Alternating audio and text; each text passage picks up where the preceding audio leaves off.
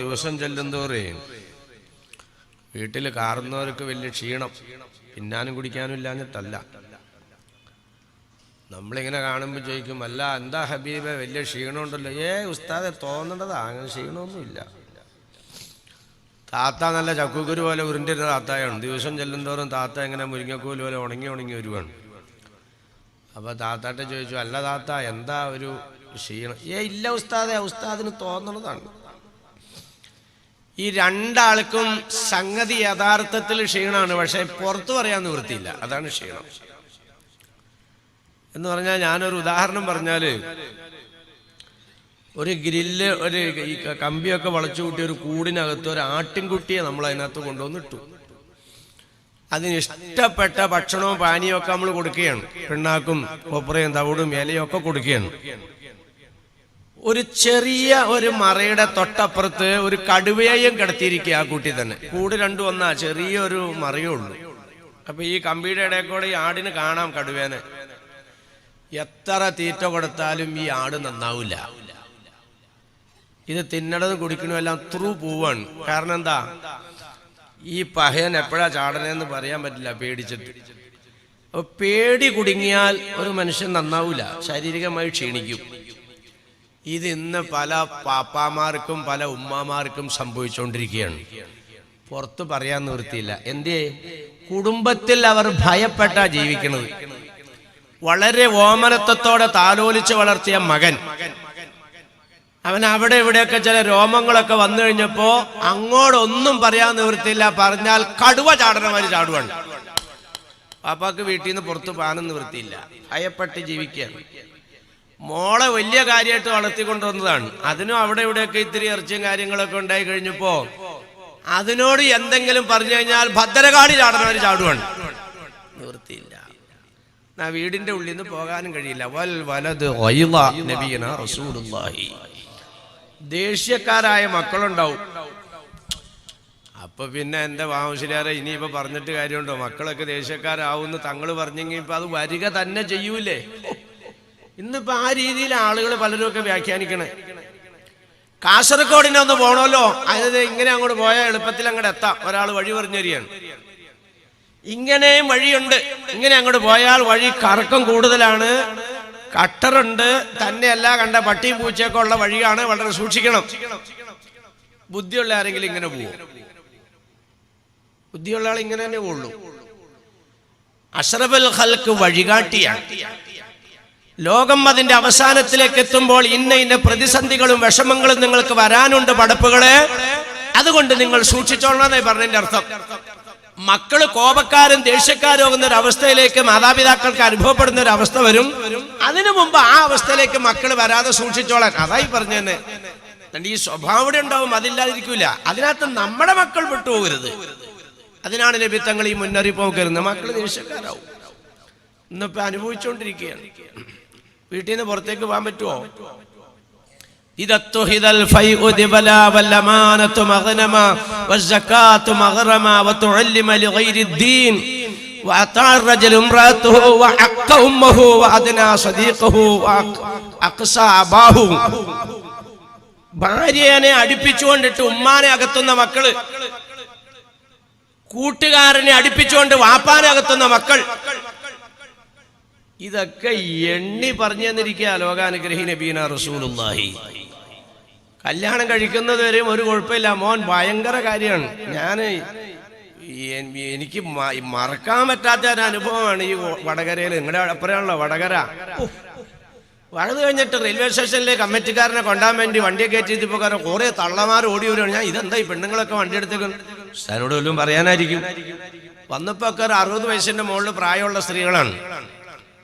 എല്ലാവർക്കും ഒരേ പരാതിയല്ല, കണ്ണുനീര് വീഴുകയാണ്. ഉസ്താദേ, വിവാഹം കഴിക്കുന്നത് വരെയും എന്റെ മോൻ എനിക്ക് എന്നോട് വലിയ കാര്യമായിരുന്നു. വിവാഹം കഴിഞ്ഞതിന്റെ ശേഷം എന്നെ കാണുന്നത് പോലും അവര് ദേഷ്യമാണ്. എന്റെ മോന്റെ മനസ്സ് മാറാൻ ദുആ ചെയ്യണേ.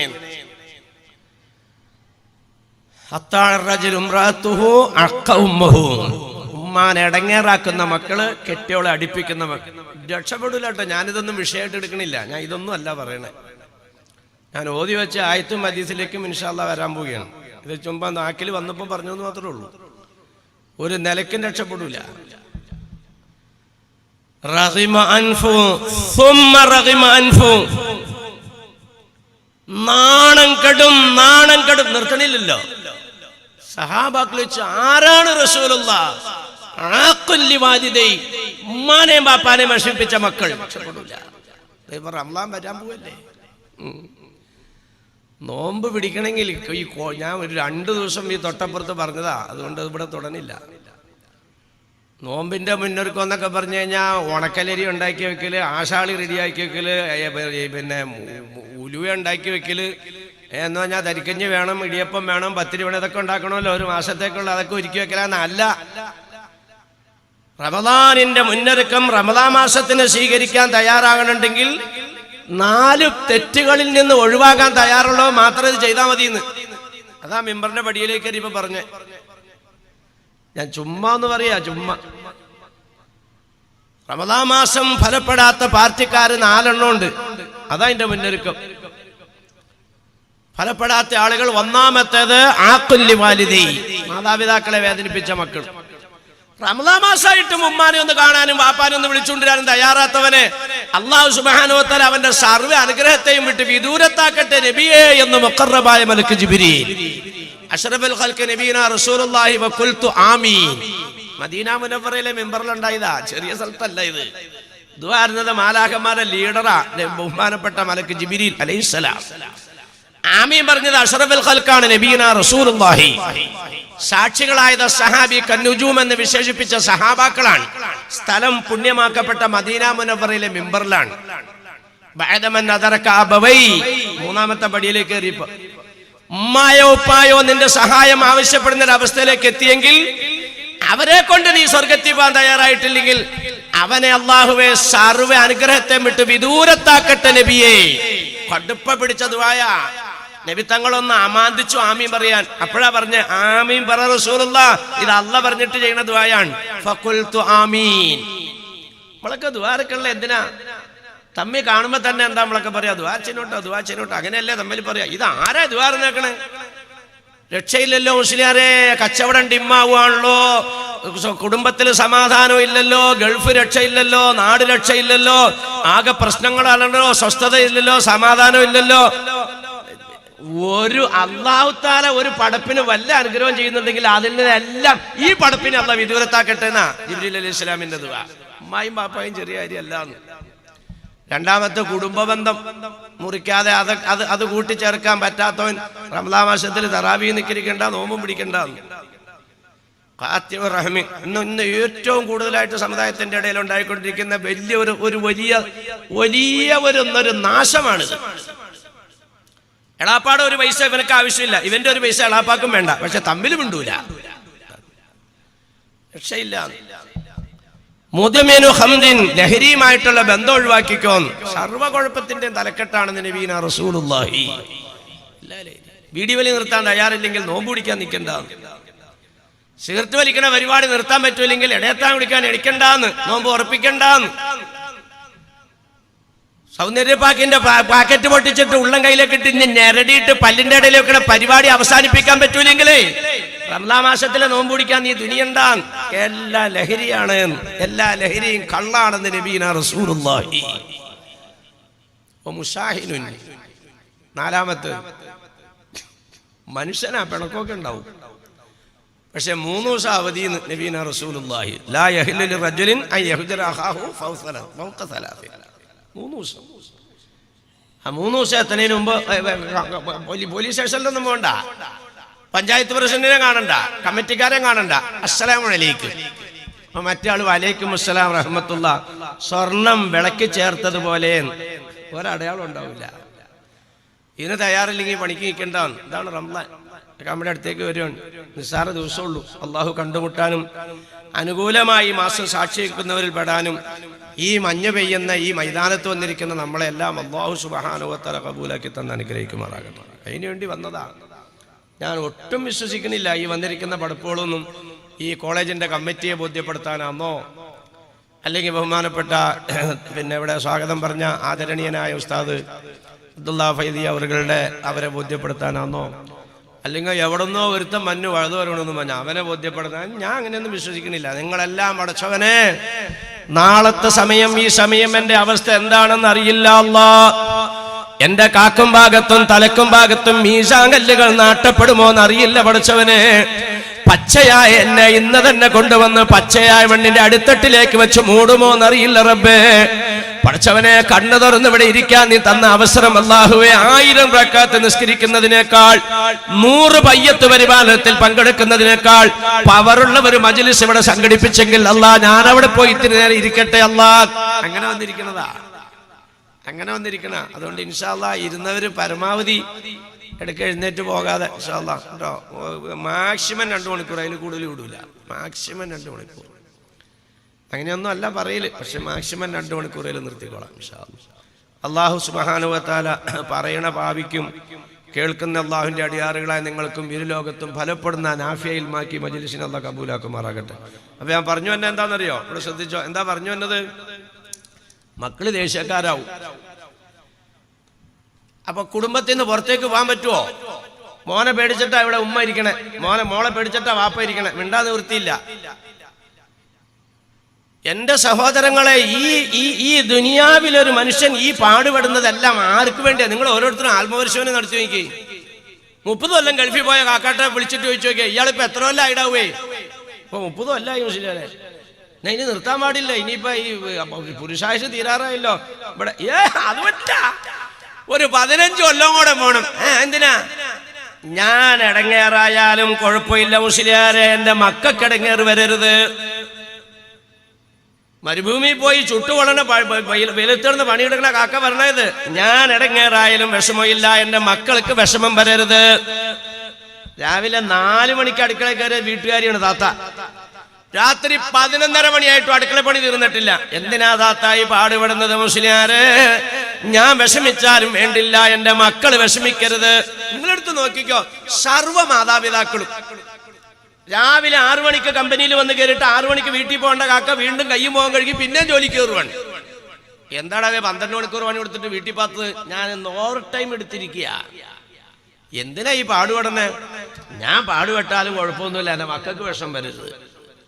സർവ മാതാപിതാക്കളും ഈ ഭൂമുഖത്ത് കിടന്ന് ഈ പാടുപെടുന്നതല്ല. നിങ്ങൾ സ്വന്തം ചോദിച്ചു നോക്ക് മനസാക്ഷിയോട്, മക്കൾക്ക് വേണ്ടിയിട്ടല്ലേ? എന്തിനാണ് ഈ പാടുപെടുന്നത്? നമ്മളൊരു ജോലി ചെയ്യുമ്പോൾ ചുമ്മാ ജോലി ചെയ്താൽ മതിയോ? നാരായണത്തുറാന്തൻ കല്ല് കയറ്റിന്ന് പറഞ്ഞാൽ അയാൾക്ക് ചില ഉദ്ദേശങ്ങളുണ്ടായി. നാരായണത്തുറാന്തനെ അതിന് നമ്മള് എന്തെങ്കിലും ഒരു ജോലി നിങ്ങൾ ചെയ്യുകയാണെങ്കിൽ എന്തിനാണ് ചെയ്യുന്നതെന്ന് മറുപടി കണ്ടിട്ടേ ചെയ്യാവുള്ളൂ. ബഹുമാനപ്പെട്ട ഇമാം ഹുജ്ജത്തുൽ ഇസ്ലാം ഹാമിദുൽ ഗസാലി റഹ്മത്തുള്ളാഹി തആല അൻഹു തങ്ങൾ ഇതിങ്ങനെ വിശദീകരിച്ചു പറയുന്നുണ്ട്. നമ്മൾ ഏത് ജോലി ചെയ്യുകയാണെങ്കിലും എന്തിനാണ് ചെയ്യുന്നത് മറുപടി കണ്ടിട്ടേ ചെയ്യാവുള്ളൂ. വീട്ടിൽ നമ്മൾ താക്കോൽ കൂട്ടം എടുത്തോണ്ട് ഇറങ്ങുകയാണ് ഷോപ്പ് തുറക്കാൻ. എന്തിനാടാ നീ ഷോപ്പ് തുറക്കാൻ പോണേ? മറുപടി കാണാതെ താക്കോൽ എടുത്തോണ്ട് ഇറങ്ങരുത്. എന്തിനാ ഷോപ്പ് തുറക്കാൻ പോണ്? കച്ചവടം ചെയ്യാൻ പോണ്, ലാഭം കിട്ടാൻ. ലാഭം കിട്ടണ എന്തിനാണ്? അത് അയലക്കംകാരെങ്ങനെ കിടിഞ്ഞ് വരും, അവന്റെ സ്ഥലം വിൽക്കും, ആ കാര്യം ഉറപ്പാ. അപ്പൊ അതും കൂടെ മേടിക്കാൻ. അപ്പൊ അത് മേടിക്കണ എന്തിനാ? അപ്പൊ നമ്മുടെ സ്ഥലം സമചതുരത്തിലാവും. അങ്ങനെ ആക്കണ എന്തിനാ? നിലവിലുള്ള കെട്ടിടമൊക്കെ ഇങ്ങനെ ജീർണിച്ചിരിക്കുകയാണ്, അതെല്ലാം തല്ലി പൊളിച്ചു കളഞ്ഞിട്ട് സെന്ററിൽ ഒരു 2 നിലയില് AC ടെറസ് വീട് പണിയണം. താഴത്തുള്ളതെല്ലാം മുകളിലും വേണം. താഴെ അടുക്കള, ബാത്റൂം, സിറ്റ് ഔട്ട്, ഡൈനിങ് മുറി എല്ലാം താഴെ, അത് തന്നെ മുകളിലും. എന്തിനാടാ?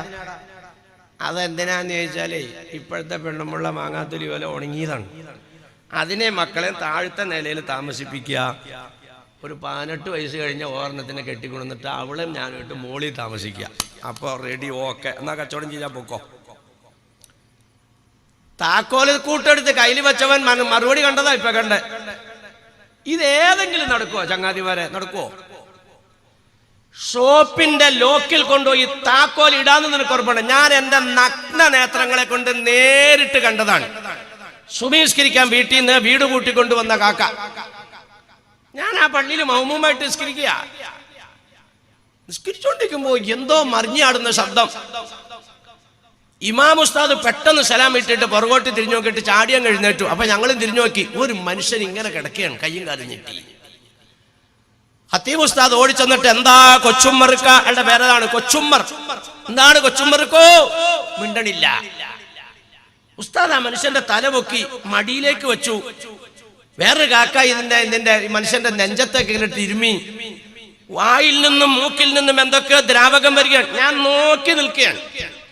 കണ്ണടഞ്ഞു കിടക്കുന്ന കൊച്ചുമ്മറ് കണ്ണ് തുറന്നിട്ട് ഖത്തീബ് ഉസ്താദിന്റെ മുഖത്തേക്ക് നോക്കിക്കൊണ്ടൊരു ചോദ്യം, ഉസ്താദേ ഞാൻ മരിച്ചു പോവോ ഉസ്താദേ? പിന്നെ അയാൾ മിണ്ടിയില്ല. അവിടെ ജനാസ ഞങ്ങൾ എടുത്ത് ചുമ്മാ ഒന്ന് ആലോചിച്ച് നോക്കി. അയാളുടെ ആ ചോദ്യം ചോദിക്കുമ്പോൾ അയാളുടെ മനസ്സിന്റെ അവസ്ഥ എന്തായിരിക്കും? അന്നാസു നിയാമുൻ ഇദാ മാതു ഇൻദ ബഹൂനബീന റസൂലുള്ളാഹി. മനുഷ്യർ ഉറങ്ങുക. തങ്ങളുടെ വാക്കൊന്ന് ശ്രദ്ധിച്ച്. മനുഷ്യർ ഉറങ്ങുകയാണ്, മരിക്കുമ്പോൾ ഉണരുകയാണ്. ഞാൻ മരണത്തിനെ പറ്റി എത്ര വഴുതു പറഞ്ഞിട്ടുണ്ടെന്നറിയോ? പക്ഷെ ഞാൻ എത്ര പറഞ്ഞാലും ഈ സംഭവം എനിക്കുണ്ടാകുന്നതാണെന്നുള്ള ശൈലിയിലല്ല പറയണത്. പിന്നെ ഈ ഇരിക്കണതൊക്കെ മരിക്കണ പടപ്പുകളാണ്. ഇത് നിങ്ങളോടായി പറയണേ, അല്ലാണ്ട് ഞാൻ മരിക്കൂല. ഞാൻ എപ്പോഴത് സമ്മതിക്കണെന്നറിയോ?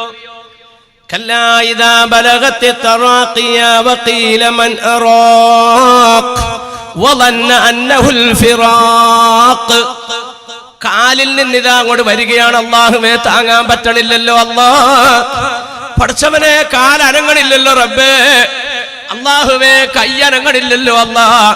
നെഞ്ചത്ത് താങ്ങാൻ പറ്റാത്ത വേദന ഉണ്ടല്ലോ പടച്ചവനെ. ഒന്ന് തിരുമണോന്ന് ചിന്തിച്ചപ്പോൾ കൈ പൊങ്ങുന്നില്ലല്ലോ റബ്ബേ. നാക്കൊണ്ടൊന്നും പറയാൻ നോക്കിയിട്ട് നിവൃത്തിയില്ലല്ലോ റബ്ബേ. കണ്ണ് തുറക്കുന്നില്ലല്ലോ പടച്ചവനെ. ഞാൻ മരിക്കാൻ പോവാണല്ലോ അല്ലാ. അപ്പോഴാണ് ഞാൻ സാക്ഷാൽ സമ്മതിക്കുന്നത്, ഞാൻ മരിക്കുകയാണ്. വല്ല കാര്യമുണ്ടോ? അതാ തങ്ങൾ പറഞ്ഞ മരിക്കുമ്പോഴാ ഉണരാ. ഒരു കാര്യമില്ല, ഇപ്പോഴാ ഉണരണ്ട. ആ മനുഷ്യന്റെ അവസ്ഥകൾ ചിന്തിച്ചു നോക്കി. നമുക്ക് ഇങ്ങനെയുള്ള ഒരു അവസ്ഥ വരാനുണ്ടോ? ഉണ്ടെങ്കിൽ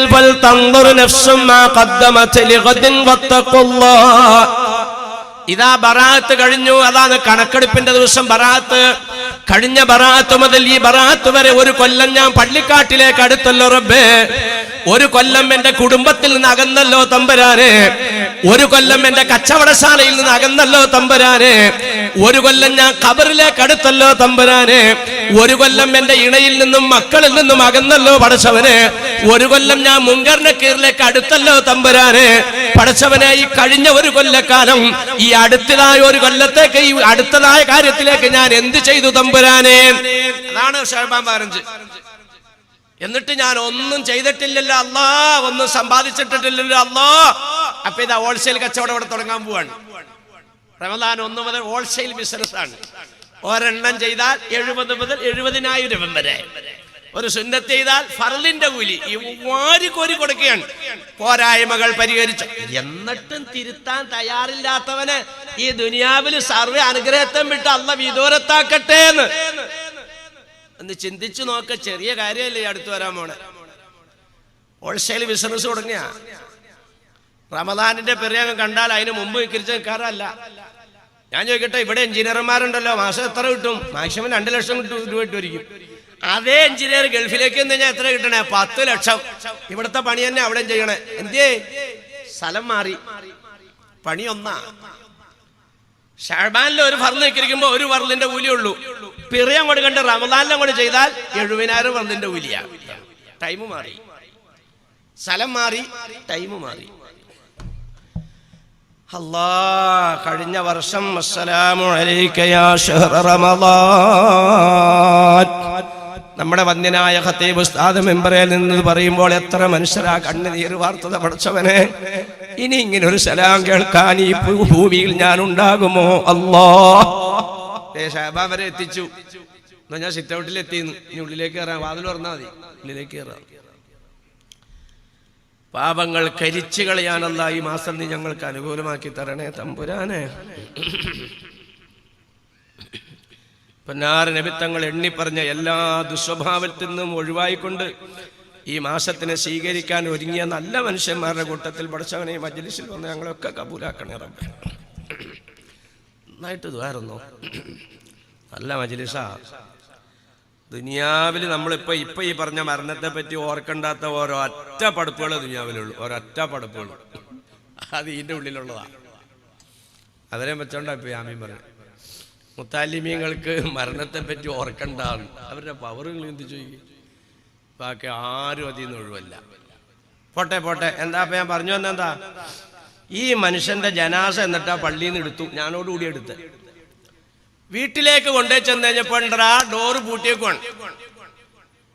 ഉടനെ കൂട്ടത്തിലുള്ള ഒരാൾ പറഞ്ഞു, മയ്യത്തിന്റെ പോക്കറ്റിൽ നോക്കിയാൽ ചിലപ്പോൾ താക്കോലുണ്ടാവുന്നു. പോക്കറ്റിൽ നോക്കിയപ്പോൾ താക്കോൽ അതിനകത്ത് എടുക്കാൻ, ആ താക്കോൽ എടുത്താ ഡോറ് തുറന്നു. തൊട്ടപ്പുറത്താണ് ഈ വീഡിയോ പറഞ്ഞത്. നിസ്കരിക്കാൻ ഇറങ്ങിപ്പോരുമ്പോൾ എടി ലോക്ക് ചെയ്തേരെ ഞാൻ പോകുകയാ, പറയാൻ നിൽക്കണ്ട. നിസ്കാരം കഴിഞ്ഞു വരുമ്പോ ഡോറയിൽ മുട്ടിയിട്ട് എടി ഞാൻ വന്നു വാതിൽ തുറക്ക്, പറയാൻ നിൽക്കണ്ട.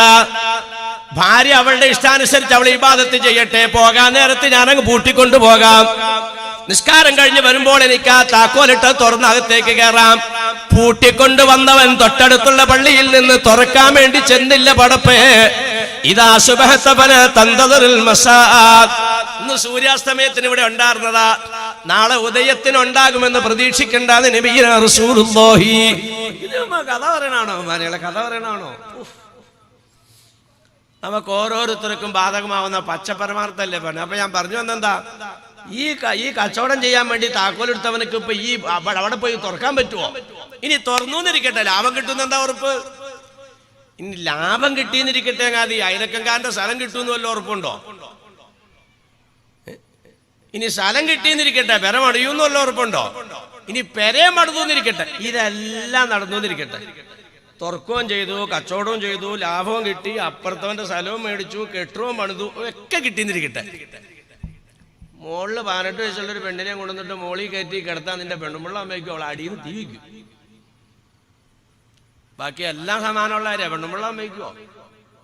ആഹാ, ഇപ്പൊ പൈസാങ്കാലത്ത് 18 വയസ്സുകാരിനെ കൊണ്ട് വന്നേക്കണോടാ കിടക്കാൻ മറ്റവനെ എന്ന് പറഞ്ഞിട്ടാണ് കയറി വരൂ.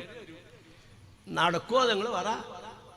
അപ്പൊ ഇതൊന്നും മറുപടി അല്ലല്ലോ. പിന്നെ എന്താ മറുപടി? നമുക്ക് കടവർക്കാണ്ടിരിക്കാൻ പറ്റുമോ? ഒരു ജോലി ചെയ്യാൻ പോകുമ്പോൾ എന്തിനാ ജോലി ചെയ്യണേ എന്നുള്ളതിന്റെ എന്തിനാ ഇത് ചെയ്യണേ എന്നുള്ളതിന്റെ മറുപടി കാണണമെന്നാണല്ലോ ഇപ്പൊ പഠിപ്പിക്കുന്നേ. ഇത് എന്തിനാ കച്ചവടം ചെയ്യാൻ പോണേ? ദേ വന്നു മറുപടി, പഠിച്ചവനെ ഞാൻ ഈ ബിസിനസ് ചെയ്യാൻ പോകുന്നത്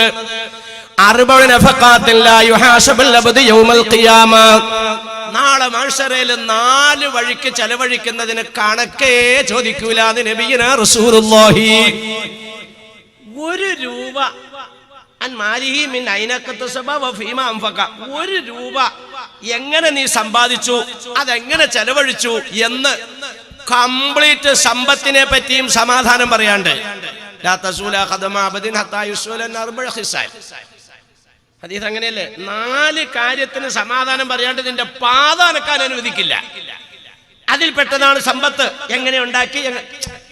ഒരു കാരക്കല്ലേ 3 അവിടെ കീറിയത്. 1 കഷണം 2 കഷണം തന്റെ മുമ്പിലിരിക്കുന്ന സഹജീവികളായ കൂട്ടുകാരുടെ കയ്യിലേക്ക് വെച്ചു കൊടുത്തു. 1 കഷണം തന്റെ കയ്യിലും വെച്ചോണ്ടിട്ട് പറഞ്ഞു, സിദ്ദീഖേ, ഉമറേ റളിയല്ലാഹു അൻഹുമാ. മറ്റേ കഷ്ണം പിടിച്ചേക്കണവരവരാ.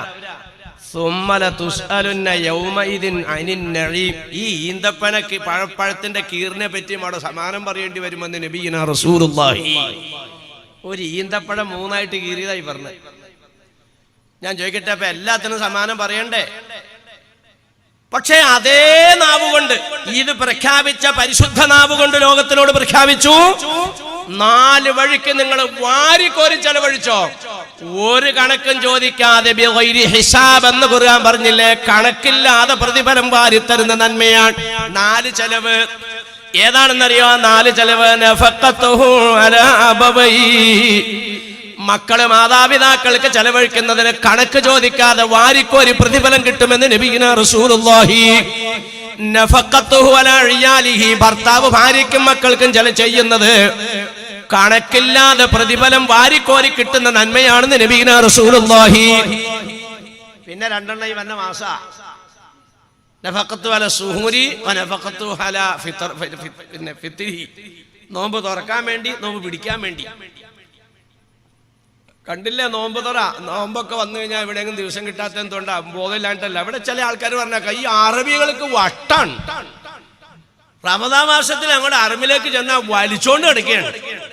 ഹാജി താഴെന്ന് പറഞ്ഞ് വിളിച്ചു. അവർക്ക് വട്ടായിട്ടല്ല. എന്റെ സുപ്രയിൽ ഒരു ഹാജി വന്നിരുന്നാൽ ഒരു കഷ്ണം റൊട്ടി ആ മനുഷ്യനെടുത്ത് കഴിച്ചാൽ എനിക്ക് നാളെ കണക്കില്ലാതെ പ്രതിഫലം കിട്ടുന്ന നന്മയാണല്ലോ തമ്പുരാനെ. ഇതന്നെ അങ്കമാലി പള്ളി റംസാൻ 2 വെള്ളിയാഴ്ച പറയേണ്ടി വരുള്ളൂ. 2 വെള്ളിയാഴ്ച ഒരു ദിവസം നോമ്പോർക്ക് ഇത്രയാണ് ഇവിടെ എമൗണ്ട് എന്ന് പറഞ്ഞാൽ എല്ലാ സ്ഥലത്തുനിന്നും വന്നു കൂടുന്നവരോട് നമസ്കരിക്കാൻ വന്നു. അങ്കമാലി മഹല്ലതിർത്തിയിൽ ഒരു 10-60 വീട്ടുകാർ കൂടുതലില്ല. പക്ഷെ ജുമായ്ക്ക് 10,000 ചെല്ലുവാൻ ആളുണ്ട് എല്ലാ ഭാഗത്തും. നോമ്പിനും അങ്ങനെ തന്നെയാണ്. നോമ്പ് തുറക്ക് വന്നങ്ങ് നിറയും. അള്ളാഹു സുബ്ഹാനഹു വ തആല എല്ലാ ഫിത്നകളിൽ നിന്നും ആ ഭവനത്തിന് ഖിയാമത്ത് വരെയും അള്ളാഹു തആല കാത്തു രക്ഷിക്കുമാറാകട്ടെ. എല്ലാവർക്കും ബലമുള്ളൊരു പള്ളിയാണ്. 2 ആഴ്ച വരേണ്ടി വരുള്ളൂ. 3-ാമത്തെ ആഴ്ച പിന്നെ വേറെ ശൈലിയിലാണ് പ്രസംഗിക്കണേ. 2 ആഴ്ച കൊണ്ട് ഫില്ലാവും. എന്തേ? ഇത് കണക്കില്ലാതെ കൂലി കിട്ടുന്നതാ നോമ്പ് തുറക്കാൻ വേണ്ടി കൊടുക്കണത്, അതുപോലെ തന്നെ നോമ്പ് പിടിക്കാൻ വേണ്ടി കൊടുക്കണത്. മറുപടി കിട്ടിയോ? എന്തിനാടാ കച്ചവടം ചെയ്യാൻ പോണത്? കച്ചവടം ചെയ്യുന്നത് ലാഭം കിട്ടാനാണ് റബ്ബേ. ലാഭം കിട്ടുന്ന എനിക്ക് വീടുണ്ടാക്കാനോട് പഠിച്ചവന്. ഞാൻ ഈ മനോഹരമായ വീടുണ്ടാക്കണേ എനിക്ക് എടുക്കാനല്ല. നോമ്പിന് മുമ്പ് പാല് കാച്ചണം, തിരക്കായിട്ട് പണിയെടുപ്പിക്കാൻ. എന്തിനാ പണിയെടുക്കുന്നത് പഠിച്ചവന്? ഒരു ദിവസം പോലും ഇതിനകത്ത് ഞാൻ കിടക്കുമെന്ന് എനിക്ക് വിശ്വാസമില്ല റബ്ബേ. പിന്നെ ഞാൻ എന്തിനാ ഇത് പണിയുന്നത്? അല്ലാഹുവേ, എന്റെ ഉപ്പ കിടക്കണം, അല്ലാ എന്റെ ഉമ്മ കിടക്കണം റബ്ബേ. എന്റെ പ്രിയപ്പെട്ടവളും എന്റെ പൊന്നോമന മക്കളും എന്റെ പേര കുഞ്ഞുങ്ങളും കിടക്കണം തമ്പുരാനെ. അവരെത്ര കാലം എന്റെ ഈ ഭവനത്തിൽ കിടക്കുന്നു അക്കാലം മുഴുവൻ എനിക്ക് നാളെ മഹ്ശറയിൽ കണക്കില്ലാതെ പ്രതിഫലം കിട്ടുന്ന നന്മയാണല്ലാ. ഞാൻ കാറ് മേടിക്കാൻ, എനിക്ക് കയറാനൊന്നും അല്ല. അത് അള്ളാഹ് വിധിച്ച സമയം വരെയൊക്കെ ഞാൻ കയറും. ഞാൻ എനിക്ക് കയറാൻ വേണ്ടിയുള്ള നീയത്തിലല്ല ഞാൻ കാറ് മേടിക്കുന്നത്. പടച്ചവനെ, ഞാൻ ഈ വാഹനം വാങ്ങുന്നത് എന്റെ ഉപ്പാക്ക് സഞ്ചരിക്കണം റബ്ബേ, എന്റെ ഉമ്മ അതിനകത്ത് കയറണം റബ്ബേ, എന്റെ ഭാര്യയും മക്കളും കയറണം തമ്പുരാനെ, എന്റെ പേരക്കുഞ്ഞുങ്ങൾ കയറണം റഹ്മാനെ, എന്റെ മരുമക്കള് കയറണം തമ്പുരാനെ. ഇതൊക്കെ എനിക്ക് നാളെ ആഖിറത്തിലേക്ക് കണക്കില്ലാതെ പ്രതിഫലം കിട്ടുന്ന നന്മയാണ് റബ്ബേ. ഇപ്പൊ കാറ് മേടിക്കണേന്റെ മറുപടി കിട്ടിയാ? കച്ചവടം ചെയ്യണേന്റെ മറുപടി കിട്ടിയോ? ഇതാണ് മറുപടി. അപ്പൊ അതിനാണ് കച്ചവടം ചെയ്യാൻ പോണേ.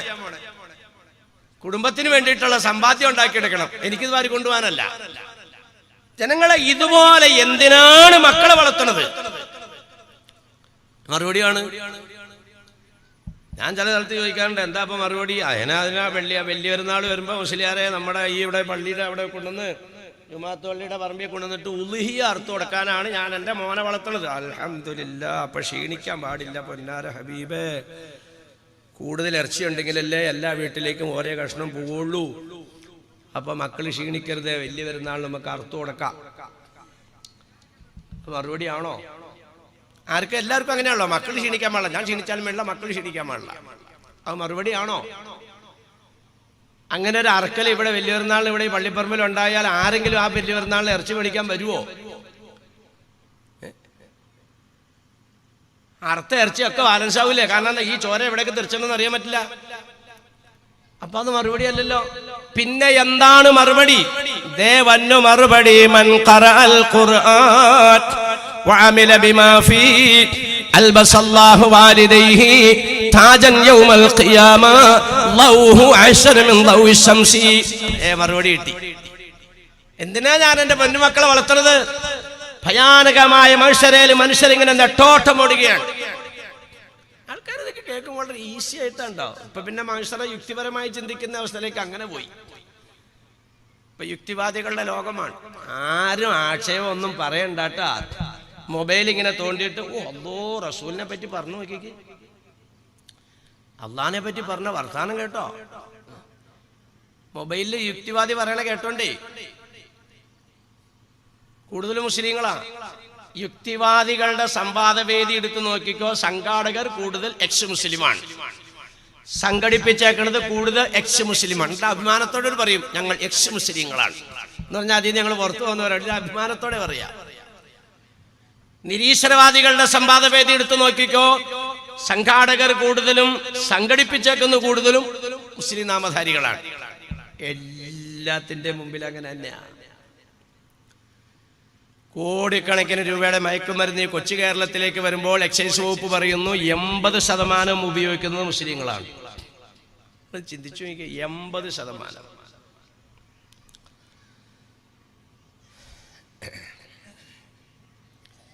ഇന്ന ആളമന്നിക്കായി ബറക്കത്തുൻ ഐസറുഹു മൂനത്തുൻ എന്നാണ് നബീന റസൂലുള്ളാഹി.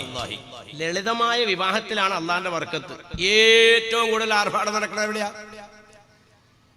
ഏറ്റവും കൂടുതൽ വിവാഹത്തിൽ ആർഭാടം നടക്കണ എവിടെയാ? ഹിന്ദുവിന്റെ അല്ല, ക്രിസ്ത്യാനിയുടെ അല്ല, മുസ്ലിമിൻ്റെതാണ്. എന്തെല്ലാം പിരാന്ത കാട്ടിക്കൂട്ടുന്നറിയോ?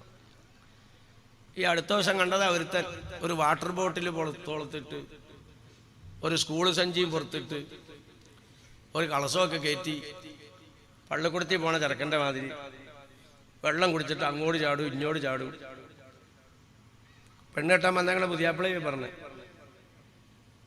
എന്നിട്ട് ആ പടം എൻ്റെ ഫോണിലേക്ക് ഏതോ ഒരു ബോധമില്ലാത്തവൻ അയച്ചു. ഒരു മോനെടുത്ത് തന്നെ കാണിച്ചു. ദേവാ അപ്പോൾ ഒരുത്തിന് അയച്ചേക്കണുണ്ടോ?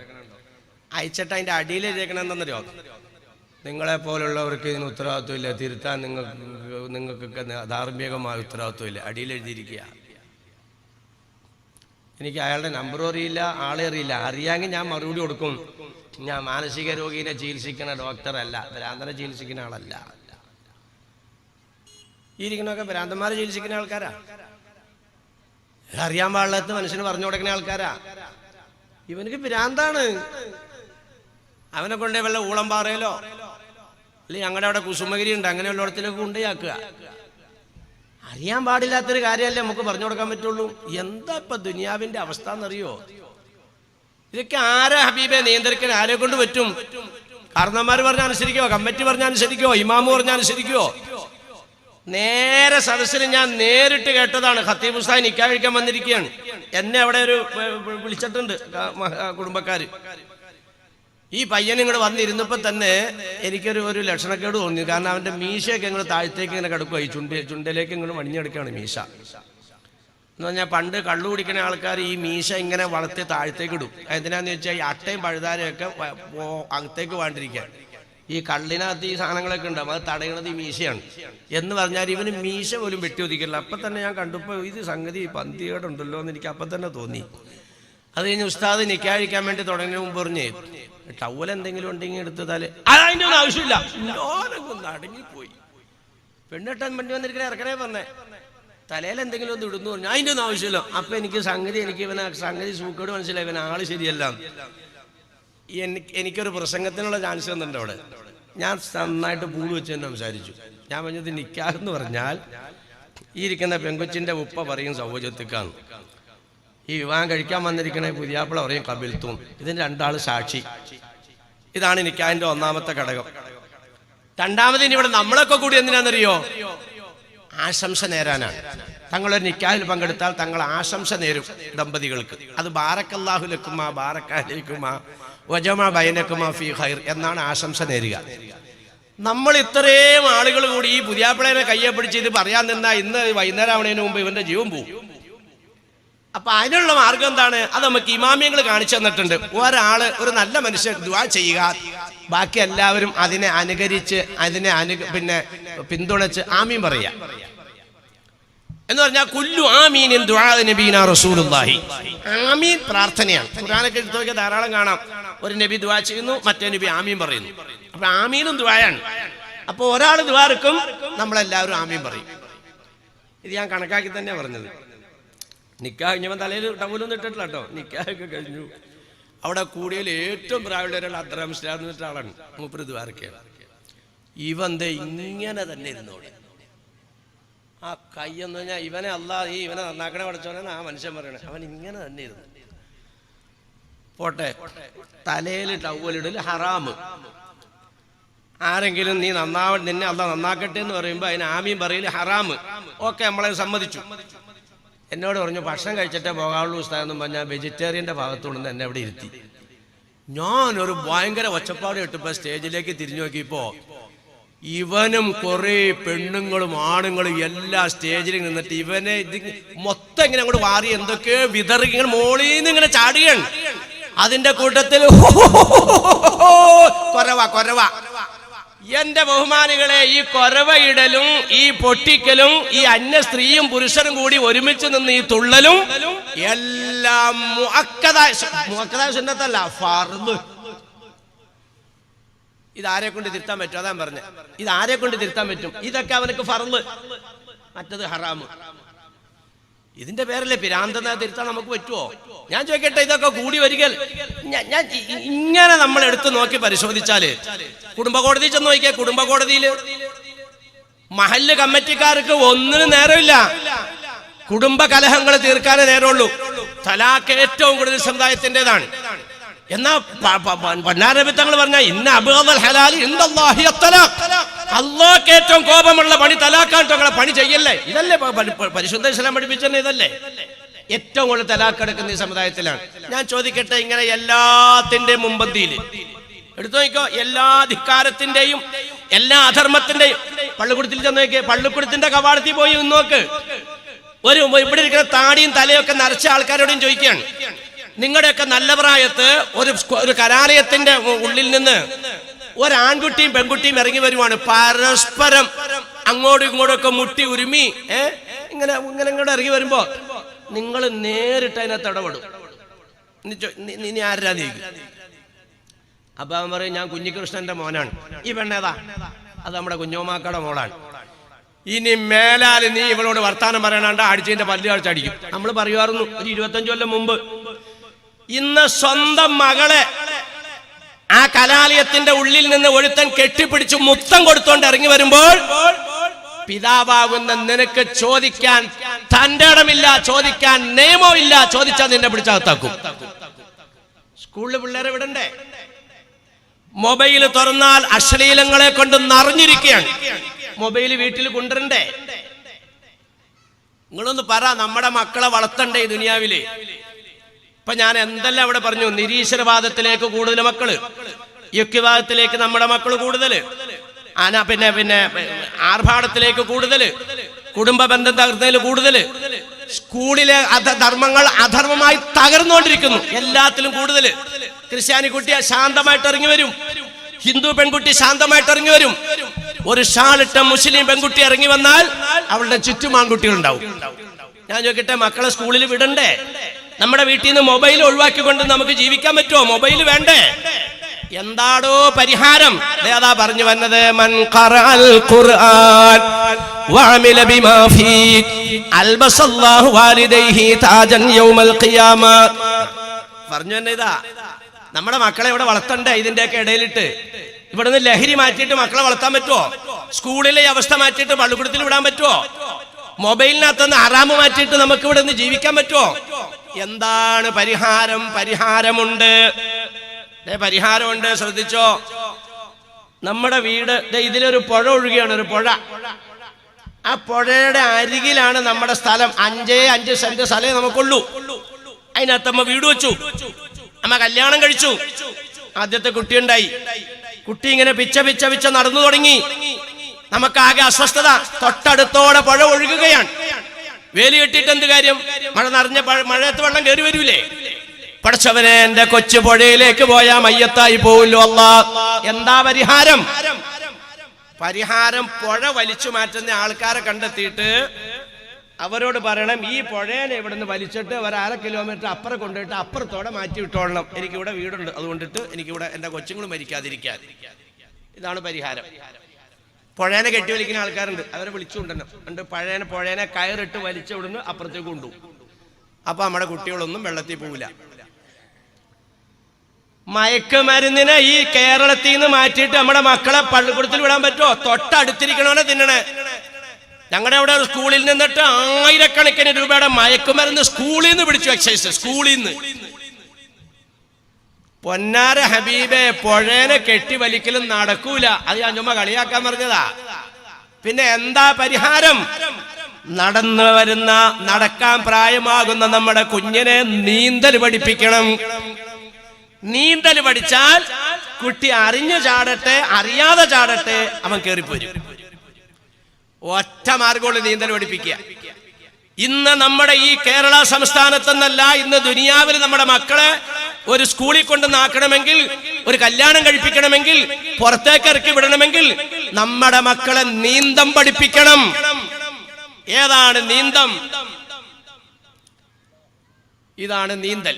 നീന്തൽ പഠിപ്പിക്കുന്ന പരിശീലന കേന്ദ്രം ഇതാണ്. അല്ലിൽ മുഹയാത്തുൽ ഇസ്ലാം വഇമാദുദ്ദീൻ നബീന റസൂലുള്ളാഹി. നിന്റെ മോനെ പിടിച്ചിട്ട് ഒരു പുഴയിലേക്ക് ഇട്ടു, നീന്തൽ അറിയാൻ പാടില്ല. പന്നി ഒഴുകുന്നു, അതിലെ ചത്ത പന്നി, ചത്ത പട്ടി ഒഴുകുന്നു, പാമ്പൊഴുകുന്നു, കുരങ്ങൊഴുകുന്നു, കന്നാലി ഒഴുകുന്നു. നിന്റെ മോനും ആ കൂട്ടത്തിലങ്ങ് ഒഴുകിപ്പോവും. നേരെ മറിച്ച് നീന്തലറിയുന്ന മോനെ നീ അങ്ങോട്ട് പിടിച്ചിട്ടാൽ ആ മോൻ പട്ടിയുടെയും പന്നിയുടെയും ശവത്തിന്റെ കൂടെ ഒഴുകൂല, അവൻ നീന്തി കരയിലേക്ക് കയറും. അതിന്റെ പേരാണ് പരിശുദ്ധ ഖുർആൻ പഠിപ്പിക്കുന്ന, ദീൻ പഠിപ്പിക്കുന്ന സ്ഥാപനത്തിലേക്ക് വിട്ട് നീന്തൽ പഠിപ്പിക്കുക എന്ന് പറഞ്ഞാൽ. സ്കൂളിൽ നിന്ന് ഇങ്ങോട്ട് ഇറങ്ങി വരുമ്പോ ചോക്ലേറ്റ് നീട്ടുന്നു തന്റെ സ്കൂളിൽ പഠിക്കുന്ന ക്ലാസ്മേറ്റ് ആകുന്ന ചെറുപ്പക്കാരൻ. ഹൈക്കോടതി ഇന്നാളൊരു ഒരു അഭിപ്രായം പറഞ്ഞോ, ഒരു പെൺകുട്ടി നോ എന്ന് പറഞ്ഞാൽ അതിന്റെ അർത്ഥം നോ. എന്ത് ചെയ്യൂന്ന് പറ. ഒരു പെണ്ണ് നോ എന്ന് പറഞ്ഞാൽ അതിന്റെ അർത്ഥം നോ എന്നാണ്. എന്ന് പറഞ്ഞാൽ നീ എന്നെ തൊടണ്ടാന്ന് പറഞ്ഞാൽ അതിന്റെ അർത്ഥം തൊടണ്ടാന്നാണ്. ഞാൻ ചോദിക്കട്ടെ, അടുത്തേക്ക് വരുന്ന ആൺകുട്ടിയോട് നീ എനിക്ക് ചോക്ലേറ്റ് തന്നോ നിർബന്ധം ഉണ്ടില്ലേ? അതെ, ഞാനൊരു ചോക്ലേറ്റ് നിനക്ക് സമ്മാനിക്കാൻ. ശരി, ഉള്ള കയ്യിലേക്ക് വെച്ചേരെ. വച്ചു, അത് മേരെ ബാഗിലേക്ക് ഇട്ടു. കാരണം ഒരുമിച്ച് പഠിക്കുകയാണ്. ടാറ്റ, നീ എന്റെ ശരീരത്തൊന്നും തൊടണ്ട, വേറെ നിലക്കൊന്നും നീ എന്നെ ബന്ധപ്പെടണ്ട. ചോക്ലേറ്റ് സ്വീകരിച്ചിട്ടുണ്ട്, കുഴപ്പമില്ല. തൊട്ടടുത്തിരിക്കുന്നവൻ മയക്കുമരുന്നാകുന്ന ചോക്ലേറ്റ് കഴിക്കുമ്പോൾ എന്റെ നബി തങ്ങളുടെ സഹാബിയാകുന്ന ഉമർ ഫാറൂഖ് തങ്ങൾ പറഞ്ഞത്, എന്റെ കയ്യേലെങ്ങാനും ലഹരി തൊട്ടാൽ ആ കൈ ഞാൻ കട്ട് ചെയ്യുമെന്നാണ് പഠിപ്പിച്ചതെങ്കിൽ ഈ ചോക്ലേറ്റ് എനിക്ക് ആവശ്യമില്ല, ഞാനത് തൊടില്ല. ഈ ചോക്ലേറ്റ് ഞാൻ തൊട്ടാൽ എന്റെ ഉമ്മാനെ കൊല്ലേണ്ട അവസ്ഥയിലേക്ക് ഞാൻ എത്തും, എന്റെ ഉപ്പാനെ മഴുകൊണ്ട് കൊത്തേണ്ട അവസ്ഥയിലേക്ക് എനിക്കെത്തും, എന്റെ കുടുംബം വെണ്ണീറായി പോകും, എന്റെ ഭാവി എല്ലാ നിലയ്ക്കും ഇരുളടഞ്ഞു പോകും. അതുകൊണ്ട് ഈ ചോക്ലേറ്റിലേക്ക് ഞാൻ തൊടില്ല. അതിന്റെ പേരാണ് തഖ്വാന്റെ വിജ്ഞാനം എന്ന് പറയുന്ന നീന്തൽ. അത് പഠിപ്പിക്കാതെ നമ്മുടെ മക്കളെ ഇന്ന് പുറത്തേക്ക് വിടാൻ പറ്റൂല. പൊന്നു ഹബീബേ, ഇപ്പൊ പറഞ്ഞു വന്നെന്താ അവിടെ ശ്രദ്ധിച്ച്, എന്തിനാ മക്കളെ വളർത്തണേ? അത് അതിന്റെ അഡ്വാൻസ് ആയിട്ട് ഞാൻ ഇതൊത്തിരി കേട്ടി പറഞ്ഞു എന്നുള്ളൂ. അഡ്വാൻസ് ആയിട്ട് കേട്ടി പറഞ്ഞതെന്ന് വെച്ചാൽ എന്റെ നാവേൽ അത് വന്നു, അങ്ങനെ വന്നപ്പോ പറഞ്ഞു എന്നുള്ളൂ. മഹ്ശറ വൻസഭയിൽ മനുഷ്യൻ നെട്ടോട്ടം ഓടുമ്പോൾ, മഹ്ശറ എന്ന് പറഞ്ഞാൽ നിസ്സാരമായിട്ടൊന്നും കാണണ്ട കേട്ടോ. മഹ്ശറയിൽ മനുഷ്യന്മാരെ വിളിച്ചുകൊണ്ടെന്നറിയോ? പടച്ചവനെ, ഞങ്ങളെ നീ നരകത്തിലേക്ക് മാറ്റിത്താട്ടെ അല്ലാഹ്. ഇതാ മഹ്ശറ. ആ മഹ്ശറയിൽ അല്ലാഹു തആല 4 സ്വഭാവക്കാരെ കൈകാര്യം ചെയ്യുമെന്നാണ് ഞാൻ ഓതി വെച്ച ഹദീസ്. ശ്രദ്ധിച്ചോ, എന്റെ അർത്ഥം പറയാം. മഹ്ശറയിൽ 4 വിഭാഗത്തിന് അല്ലാഹു മഹ്ശറയിലിട്ട് കൈകാര്യം ചെയ്യും. സാരല്ല, നെട്ടോട്ടമോടുമ്പോൾ. എന്തിനാ മക്കളെ വളർത്തുന്നതിന്റെ മറുപടി പറഞ്ഞേ? നെട്ടോട്ടമോടുമ്പോൾ ചില സ്ത്രീ പുരുഷന്മാർ, അവർക്ക് യാതൊരു അസ്വസ്ഥതയില്ല, വലിയ ആദരിക്കപ്പെട്ട ഇരിപ്പിടങ്ങളിൽ അവരെ ഇരുത്തിയിരിക്കുന്നു. അവരുടെ തലയിൽ വെച്ചിരിക്കുന്ന കിരീടത്തിൽ നിന്നും പ്രകാശം പുറത്തേക്ക് വരികയാണ്. ഈ കെട്ടിടപ്പ് എല്ലാവരും ശ്രദ്ധിക്കണമെന്നുണ്ടാ? എല്ലാം ഇവിടെ ഉള്ളത് തന്നെയല്ലേ? ശിഹാബ് തങ്ങൾ, ഇസ്ലാമിക് പിന്നെ അക്കാഡമി എന്നൊക്കെ ഉള്ളതൊക്കെ എല്ലാം ഇവിടെ ഉള്ളത് തന്നെയാണ്. പക്ഷെ ഇപ്പൊ എല്ലാവരും ശ്രദ്ധിക്കണത് എന്താണ്? അവിടെ ഒരു തിളക്കമുണ്ട്. ആ തിളക്കമുള്ളതുകൊണ്ട് എല്ലാവരും അങ്ങോട്ട് നോക്കുന്നുണ്ട്. ആ തിളക്കം അവിടെ നടന്നുകൊണ്ടിരിക്കുകയാണ്. ഇത് തന്നെ നെട്ടോട്ടമോടുമ്പോൾ ഇതാ ഒരു തിളക്കം. ആളുകൾ ശ്രദ്ധിക്കുന്നു. എന്താണ് ഈ തിളക്കം കാണുന്നത്? കുറെ സ്ത്രീ പുരുഷന്മാരുടെ തലയിൽ ചൂടിച്ചിരിക്കുന്ന കിരീടങ്ങളാണ് ആ പ്രകാശം. ഉടനെ ജനങ്ങൾ അന്തം വിട്ടുകൊണ്ട് ആരാണ് റബ്ബേ എന്ന് എല്ലാവരും നെട്ടോട്ടോടുകയാണ്. പടച്ചവനെ, ആരാണ് ഈ സ്വതന്ത്രമായും സ്വസ്ഥമായിരിക്കുന്ന വിഭാഗം തമ്പുരാനെ? അപ്പൊ റബ്ബിന്റെ ഭാഗത്തെന്ന് പരിചയപ്പെടുത്തുന്നു. ഈ ഇരിക്കുന്ന സ്ത്രീകൾ ആരാണെന്നറിയോ? പുരുഷന്മാരാരാണെന്നറിയോ? ഇവർക്ക് അല്ലാഹു തആല മക്കളെ നൽകി. മൻ ഖറഅൽ ഖുർആന വഅമില ബിമാ ഫീഹി. ഇവർക്ക് അല്ലാഹു തആല മക്കളെ നൽകി. ആ മക്കളെ ഇവരെന്ത് ചെയ്തു? ഖുർആൻ പഠിപ്പിച്ചു. പരീക്ഷാശാലയാണ് കേട്ടോ ഇത്, പരീക്ഷാശാലയായത്. ഈ പരീക്ഷാ ഹാളിൽ ഇപ്പൊ SLCക്ക് നമ്മുടെ മക്കള് പരീക്ഷ എഴുതുന്നുണ്ട്. +1 നും +2 ഒക്കെ. എത്ര ചോദ്യം എന്നറിയോ? ഇവിടെ 2 ചോദ്യം ഉള്ളൂ. ഇവിടെ 2 ചോദ്യം. ഈ പരീക്ഷാ ഹാളിൽ 2 ചോദ്യം ഉള്ളൂ. ഒന്നാമത്തേത് മക്കൾ, രണ്ടാമത്തെ സമ്പത്ത്. ഈ 2 ചോദ്യം ഉള്ളൂ. മൂന്നാമത്തെ ചോദ്യം നിങ്ങളെടുത്ത് പരിശോധിച്ചു. ഇത് 2 നിങ്ങളുടെ പവർ കൊണ്ട് കിട്ടിയതല്ല. എന്റെ ആരോഗ്യമാണ് എനിക്ക് മോനെ കിട്ടിയത്, എന്റെ സൗന്ദര്യമാണ് എനിക്ക് മോളെ കിട്ടിയത്, ഇതൊന്നുമല്ല. എത്ര ആരോഗ്യവാന്മാർ, എത്രയോ സൗന്ദര്യവതികൾ ഈ സ്റ്റേജിലേക്ക് വന്ന് എന്റെ തൊട്ടും എന്നോട് ഉസ്താദേ 8 വർഷമായി വിവാഹം കഴിഞ്ഞിട്ട് കുഞ്ഞില്ല. അല്ലാഹുവേ, ഈ മജ്ലിസിന്റെ ബർക്കത്തുണ്ട് ഈ മജ്ലിസിന്റെ ബർക്കത്തുണ്ട്. ഞാൻ പറയാം, ഒരു ചെറിയൊരു കാര്യം കൂടെ ഞാൻ പിന്നീട് പറയാം. അടുത്ത വർഷം ഇവിടെ ഈ പരിപാടി നടക്കുമ്പോ കുഞ്ഞിനെ മടിയിലിരുത്തിക്കൊണ്ട് ഇവിടെ വന്നിരിക്കാൻ അള്ളാഹുവേ എന്നോട് ദുആ ചെയ്യണമെന്ന് പറഞ്ഞാൽ ചെറുപ്പക്കാരന് നീ ഭാഗ്യം കൊടുത്ത് അനുഗ്രഹിക്കണേ തമ്പുരാനെ. ഞാൻ പിന്നെ ഒരു കാര്യം കൂടെ ഇത്തിരി ഉച്ച കഴിയുമ്പോൾ പറഞ്ഞുതരാം. അൽഹംദുലില്ലാഹ് നല്ല അനുഗ്രഹീതമായ മജ്ലിസാണ്. അൽഹംദുലില്ലാഹ് ചില സ്ഥലത്തൊന്നും ഒരനക്കം ഉണ്ടാവില്ല. ഇവിടെ ദുആ ചെയ്യാൻ വേണ്ടി കാത്തിരിക്കുക, ആമീൻ പറയാൻ, തങ്ങളുടെ പേര് കേൾക്കാൻ വേണ്ടി കാത്തിരിക്കാൻ സലാത്തിയല്ല. കാരണം എന്താണെന്നറിയോ, എന്തെങ്കിലും ഒരു ദുആ പറയുമ്പോഴത്തേക്കും കൈ വെക്കണം ആൾക്കാർ. ചിലരുടെ ചുമ്മാ എങ്ങനെ ഈ മുട്ടിച്ചെടി വെച്ചേക്കണവരെ അടങ്ങാണ്ട് ഇങ്ങനെ ഇരിക്കുള്ളൂ. ഞാൻ എവിടെ പോയാലും 2 മണിക്കൂറൊക്കെ എന്നെ കൊണ്ട് പറ്റുന്നു പറയും. ചില ആൾക്ക് പോയി കണ്ണടച്ചു എന്ന് പറയും. എല്ലാ സദസ്സും ഒരുപോലെ അല്ലല്ലോ, എല്ലാ മണ്ണും ഒരുപോലെയല്ല, എല്ലാ പഴങ്ങളും എല്ലാ സ്ഥലത്തും ഉണ്ടാവില്ല. പടച്ചവനെ, ഇനി ദുനിയാവിൽ ഞങ്ങളെ നീ ഇങ്ങനെ ഒരുമിച്ച് കൂട്ടിയിട്ടില്ലെങ്കിൽ അല്ലാഹ് നാളെ ആഖിറത്തിൽ അർശിന്റെ തണലിൽ ഞങ്ങളിൽ നിന്ന് ഒരാളെയും സബാനിയാക്കൾ പിടിക്കാതെ പടച്ചവനെ ഞങ്ങൾക്കും ഞങ്ങളുടെ ഉമ്മ ഉപ്പമാർക്കും ഞങ്ങളുടെ ഉസ്താദന്മാർക്കും ഞങ്ങളുടെ ഇണകൾക്കും പൊന്നോമന മക്കൾക്കും അടക്കം അർശിന്റെ തണലിൽ കൂടാനുള്ള മഹാഭാഗ്യം നൽകി അനുഗ്രഹിക്കണേ റഹ്മാനെ. ഇനിയൊന്നും ഇങ്ങനെ അവസരം ഇല്ലാന്നുള്ള എനിക്ക് ആമീൻ പറഞ്ഞു കേട്ടോ. എനിക്ക് പടച്ചവനെ ഇനി ഇങ്ങനെ ഒരു മജ്ലിസിൽ വന്നിരുന്ന് എത്ര അനുഭവം ഉണ്ടോ മാനുകളെ, എത്ര അനുഭവം. നിന്റെ കൂട്ടത്തിൽ നിന്ന് ഓർണതിനെ കൊണ്ടുവന്ന് മണ്ണിന്റെ അടിയിലേക്ക് വെക്കണത് കണ്ടിട്ട് നിനക്ക് പഠിക്കാൻ കഴിഞ്ഞില്ലെങ്കിൽ നിന്നെ പഠിപ്പിക്കാൻ പറ്റിയൊരു വഴല് ദുനിയാവിലില്ല. അതാണ് ഏറ്റവും വലിയ വഴല്. അവിടെ ശ്രദ്ധിച്ചേ, ഇവർക്ക് എന്താ ഈ പദവി കിട്ടിയേക്കണെന്നറിയോ? ഇവർക്ക് അല്ലാഹു തആല മക്കളെ നൽകി. ആ മക്കളെ അള്ളാഹുവിന്റെ നിഅമത്താന്ന് പറയട്ടോ. പടച്ചോൻ തന്നിരിക്കുന്ന പരീക്ഷണം, രണ്ടാമത്തെ സമ്പത്ത്. ഇതൊന്നും നിങ്ങളുടെ കഴിവുകൊണ്ടല്ലാന്ന് നിങ്ങളെ കൊണ്ട് സമ്മതിപ്പിക്കാൻ എൻ്റെ ഉസ്താദന്മാരുടെയും മാതാപിതാക്കളുടെയും കുരുത്തോണ്ട് എനിക്ക് കഴിയും. ഞാൻ ആ രീതിയിലേക്ക് സംസാരം കൊണ്ടുപോണില്ല. ഇതെല്ലാം മോമിനിയങ്ങള് മോമിനാത്തുകളാ. അപ്പൊ അങ്ങനെയുള്ള ശൈലിയിലേക്ക് വർത്താനം കൊണ്ടുപോകേണ്ട കാര്യമില്ല. അള്ളാഹ് നമുക്ക് ഇതൊരു അനുഗ്രഹമാണിത്. എത്രയോ ആളുകൾ ഇത് കിട്ടാതെ വിഷമിക്കുന്നു. അപ്പൊ അൽഹംദുലില്ലാഹ് ഇവർക്ക് ഈ മക്കളെ അല്ലാഹു തആല നൽകിയിട്ട് ആ മക്കളെ അവരെന്തെന്ന് പറഞ്ഞോ, അള്ളാഹുവിന്റെ ഖുർആൻ പഠിപ്പിക്കലും മാത്രമല്ല, ആ പഠിച്ചത് കൊണ്ട് ആ മക്കള് അമല് ചെയ്തു. ഇവിടെ അപ്പുറത്ത് ഖുർആൻ ഹിഫ്ളിന്റെ ഒരു സ്ഥാപനമാണ് അപ്പുറത്ത് ഉണ്ടാക്കിയേക്കണം. ഇപ്പൊ അങ്ങനെ ഒരു പുതിയൊരു ട്രെൻഡ് ഇറങ്ങിയിട്ടുണ്ട്. അതായത് കൊച്ചുണ്ടായി കഴിയുമ്പോൾ തന്നെ നേർച്ചയൊക്കെ എൻ്റെ മോളെ ഞാൻ ഹാഫിളത്താക്കിയേക്കാം, എൻ്റെ മോനെ ഞാൻ ഹാഫിളാക്കിയേക്കാം, അത്ര തന്നെ. അതിങ്ങനെ തത്തമ്മ പൂച്ചാന്ന് ഇതിങ്ങനെ കേട്ട് പറഞ്ഞത് കാണാൻ പഠിക്കും. എനിക്ക് അതിനോടൊരു യോജിപ്പുമില്ല. ഖുർആൻ ഹിഫ്ള് ആക്കണം. കാരണം നാളെ ഖബറിൽ ജനാസ മണ്ണ് തൊടാത്ത ഒരു പടപ്പാണ് ഖുർആൻ പാടാക്കിയ മനുഷ്യൻ. പക്ഷെ അതിനോടൊപ്പം എന്ത് ചെയ്യണം?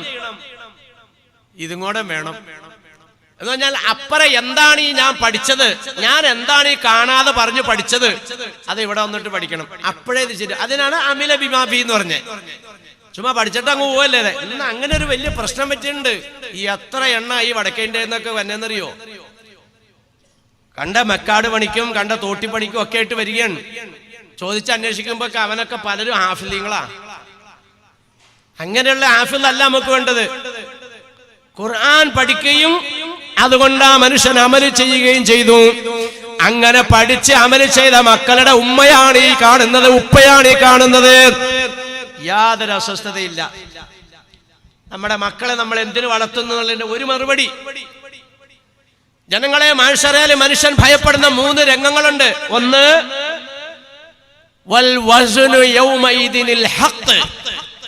നീ ഭൂമുഖത്ത് ജീവിച്ചപ്പോ നീ നന്മയാണോ കൂടുതൽ ചെയ്തത്, തിന്മയാണോ കൂടുതൽ ചെയ്തത്? ഇത് നിന്നെ ബോധ്യപ്പെടുത്തുന്ന സ്ഥലത്തിന്റെ പേരാണ് മീസാൻ. അങ്ങോട്ട് ചെല്ലുമ്പോ ഭയങ്കര പരിഗണനയാ. അവിടെ എത്രയും മുമ്പും കൂടെ അടുത്തേക്ക് വിളിച്ചിട്ട് സർവ്വജനങ്ങളും കേക്കുമാർ വിളിച്ചു പറയുന്നു, ഈ വന്നതിരിക്കുന്നത് അബൂബക്കറിന്റെ മകൾ ആയിഷയാൻ, അബ്ദുറഹ്മാന്റെ മകൻ അബൂബക്കറാൻ. ഒരു കാലത്തും പരാജയപ്പെടാതെ ഈ മനുഷ്യൻ വിജയിച്ചിരിക്കുകയാണ്. ഇതവിടെ വിളിച്ചു പറഞ്ഞ വർത്താനം അന്തം വിടും. പടച്ചവനെ, ഇത്രയും വലിയ പരിഗണനയോ? ഞാനിവിടെ വന്നപ്പോഴത്തേക്കും എന്റെ പേരങ്ങ് വിളിച്ചു പറഞ്ഞല്ലോ. അതാ രണ്ടാമത്തെ സ്ഥലത്തേക്ക് വരികയാണ്. നിങ്ങളുടെ നന്മ തിന്മകൾ രേഖപ്പെടുത്തതായ ഗ്രന്ഥം. അമ്മാമൻ ഊതിയ കിതാബഹു ബിയമീനിഹി ഫസൗഫ യുഹാസബു ഹിസാബൻ യസീറാ. പടച്ചവനെ, എന്റെ ഗ്രന്ഥം മുൻവശത്ത് വലത്തെ കൈയിലൂടെ കിട്ടുമോ റബ്ബേ? അതെയോ തലക്ക് മുകളിലൂടെ ബാക്കിലേക്ക് കടന്നുകൊണ്ട് അല്ലാഹുവേ വളരെ ദുർഘടമായ നിലയ്ക്ക് ഇടത്തെ കൈയിലൂടെ കിട്ടുമോ പടച്ചവനെ? ഇങ്ങനെ ഭയപ്പെട്ടങ്ങോട്ട് ചെല്ലുമ്പോൾ ഇതാ ആദരവോടെ നിന്നെ സ്വീകരിച്ചുകൊണ്ട് നിന്റെ വലത്തെ കൈയിലേക്ക് ഗ്രന്ഥം തരികയാണ്. അത്ഭുതപ്പെടുകയാണ് പടച്ചവനെ അല്ലാഹ് കാണുന്നത്. അല്ലാഹ് അടുത്തത് നാം മീസാനിന്റെ അടുത്തല്ല സിറാത്തിന്റെ അടുത്തേക്ക് ചെല്ലുകയാണ്. സർവ്വ മനുഷ്യരും ഭയപ്പെടുന്നതാണ്. അതായത് ഭയാനകമായ നരകത്തിന്റെ മുകളിൽ നാട്ടപ്പെട്ടതായ സ്ഥലമാണ് സിറാത്ത്. അടുത്തേക്ക് ചെല്ലുന്നതിന് മുമ്പ് വിളിക്കുന്നു അല്ലാഹുമ്മ സല്ലിം സല്ലിം, പോരെ സഹോദരി. യാ റബ്ബി സല്ലിം സല്ലിം, ഇങ്ങോട്ട് പോരെ സഹോദര. അത്ഭുതപ്പെട്ടുകൊണ്ട് ചോദിക്കുന്നു യാ റബ്ബി മാലി ഹാദാ, പടച്ചവനെ ഇതെല്ലാം അല്ലാഹുവേ ഞാൻ ഇത്രമാത്രമൊക്കെ എനിക്ക് കിട്ടാൻ ദുനിയാവിൽ ഞാൻ അത്രമാത്രം ഒന്നും ചെയ്തില്ലല്ലോ തമ്പുരാനെ. ഇത്ര വലിയ പരിഗണന എനിക്ക് ഇവിടെ കിട്ടാനേ ഞാൻ അത്രമാത്രം അമലൊന്നും ചെയ്തില്ലല്ലോ പടച്ചവനെ. എനിക്ക് എന്താണ് ഇത്ര മഹത്വം കിട്ടിയത് റബ്ബേ? പടച്ചവന്റെ ഭാഗത്തുനിന്ന് വിളിച്ചു പറയപ്പെടുന്നു ബിദുആഇ വലദിക നബിയുനാ റസൂലുള്ളാഹി, നിന്റെ പൊന്നുമോന്റെ ദുആ, നിന്റെ പൊന്നുമോക്കടെ ദുആ, അതാണ് ഈ നിലയ്ക്ക് അല്ലാഹു സുബ്ഹാനഹു വ തആല നിന്നെ ഉയർത്തപ്പെട്ടത്. എന്തിനാ മക്കളെ വളർത്തുന്നത്? മറുപടി കിട്ടിയോ? മഹ്ശറയിൽ കിട്ടിയോ? മീസാനിൽ കിട്ടിയോ? സിറാത്തിൽ കിട്ടിയോ? കിതാബിൽ കിട്ടിയോ? ഒരു മനുഷ്യൻ മരിച്ചാൽ കബറിലേക്ക് എത്തുന്ന എല്ലാം മുടങ്ങിയെങ്കിൽ തങ്ങൾ എണ്ണി പറഞ്ഞതിൽപ്പെട്ടതാണ് വലദുൻ സാലിഹുൻ യദ്ഉ ലഹു. 3 എണ്ണ മുറിയില്ലാത്തെന്ന് പറഞ്ഞു. സദഖത്തുൻ ജാരിയ അതേ കാണും. സിനിമാക്കൊട്ടയാണോ പണിത് വെച്ചേക്കണത്? നമ്മളൊക്കെ സുഖമായിട്ട് കിടന്ന് ഉറങ്ങുന്ന സമയത്തും അവിടെ 4 മണിക്ക് എഴുന്നേറ്റ് ഓത്തു തുടങ്ങി. ഈ നാടിന് അല്ലാഹു തആല തരുന്ന ബർക്കത്ത് ചെറുതൊന്നുമല്ല. ഇവിടെ ഇപ്പുറത്തേം കൊണ്ട് വന്നു കഴിഞ്ഞാൽ അല്ലാഹുവിന്റെ ഖുർആനും തിരുസുന്നത്തും ദീനി ഉലൂമുകളും സവിസ്തരം. അതിനോടൊപ്പം തന്നെ ഇന്നത്തെ ഈ കാലഘട്ടത്ത് ദീനീ ദഅവത്തിന് ആവശ്യമാകുന്ന അത്യന്താപേക്ഷിതമാകുന്ന വിവിധ ഭാഷാ പഠനങ്ങൾ ഇതൊക്കെ അവിടെ ചെയ്യാ. സദഖത്തുൻ ജാരിയ കിട്ടിയില്ലേ? 3 എണ്ണാണ് ഒരു മനുഷ്യൻ മരിച്ചാൽ നിൽക്കുന്നത്. ബാക്കിയെല്ലാം നിലനിൽക്കുന്നത്, ബാക്കിയെല്ലാം മുറിഞ്ഞു. നിസ്കാരം മുറിഞ്ഞു, നോമ്പ് മുറിഞ്ഞു, സക്കാത്ത് മുറിഞ്ഞു, ഹജ്ജ് മുറിഞ്ഞു, എല്ലാം മുറിഞ്ഞു. മുറിയാതെ ഖബറിടത്തിലേക്ക് കിട്ടുന്ന 3: ഒന്ന് സദഖത്തുൻ ജാരിയ, രണ്ടാമത്തേത് വലദുൻ സാലിഹുൻ യദ്ഉ ലഹു. എല്ലാ ദിവസവും നിനക്ക് വേണ്ടി ദുആ ചെയ്യുന്ന മക്കൾ ഇന്നുണ്ടോ എന്നാ ചോദിക്കണേ. ഓരോരുത്തരും ഒന്ന് ആത്മപരിശോധന നടത്തി നോക്ക്. നമ്മൾ ഈ പാടുവിട്ട് നിങ്ങളെ വളർത്തിയിട്ട് എന്ത് കിട്ടി? ഞാനൊരു കാര്യം പറഞ്ഞേക്കാം, ശൈത്താൻ ഈ ദുനിയാവിൽ മാത്രമേ നമ്മളെ ഉപദ്രവിക്കുള്ളൂ, ദുനിയാവിൽ മാത്രം. നാളെ മഹ്ശറയിൽ നമ്മളെ ഉപദ്രവിക്കുന്ന വർഗമാണ് നമ്മുടെ മക്കള്.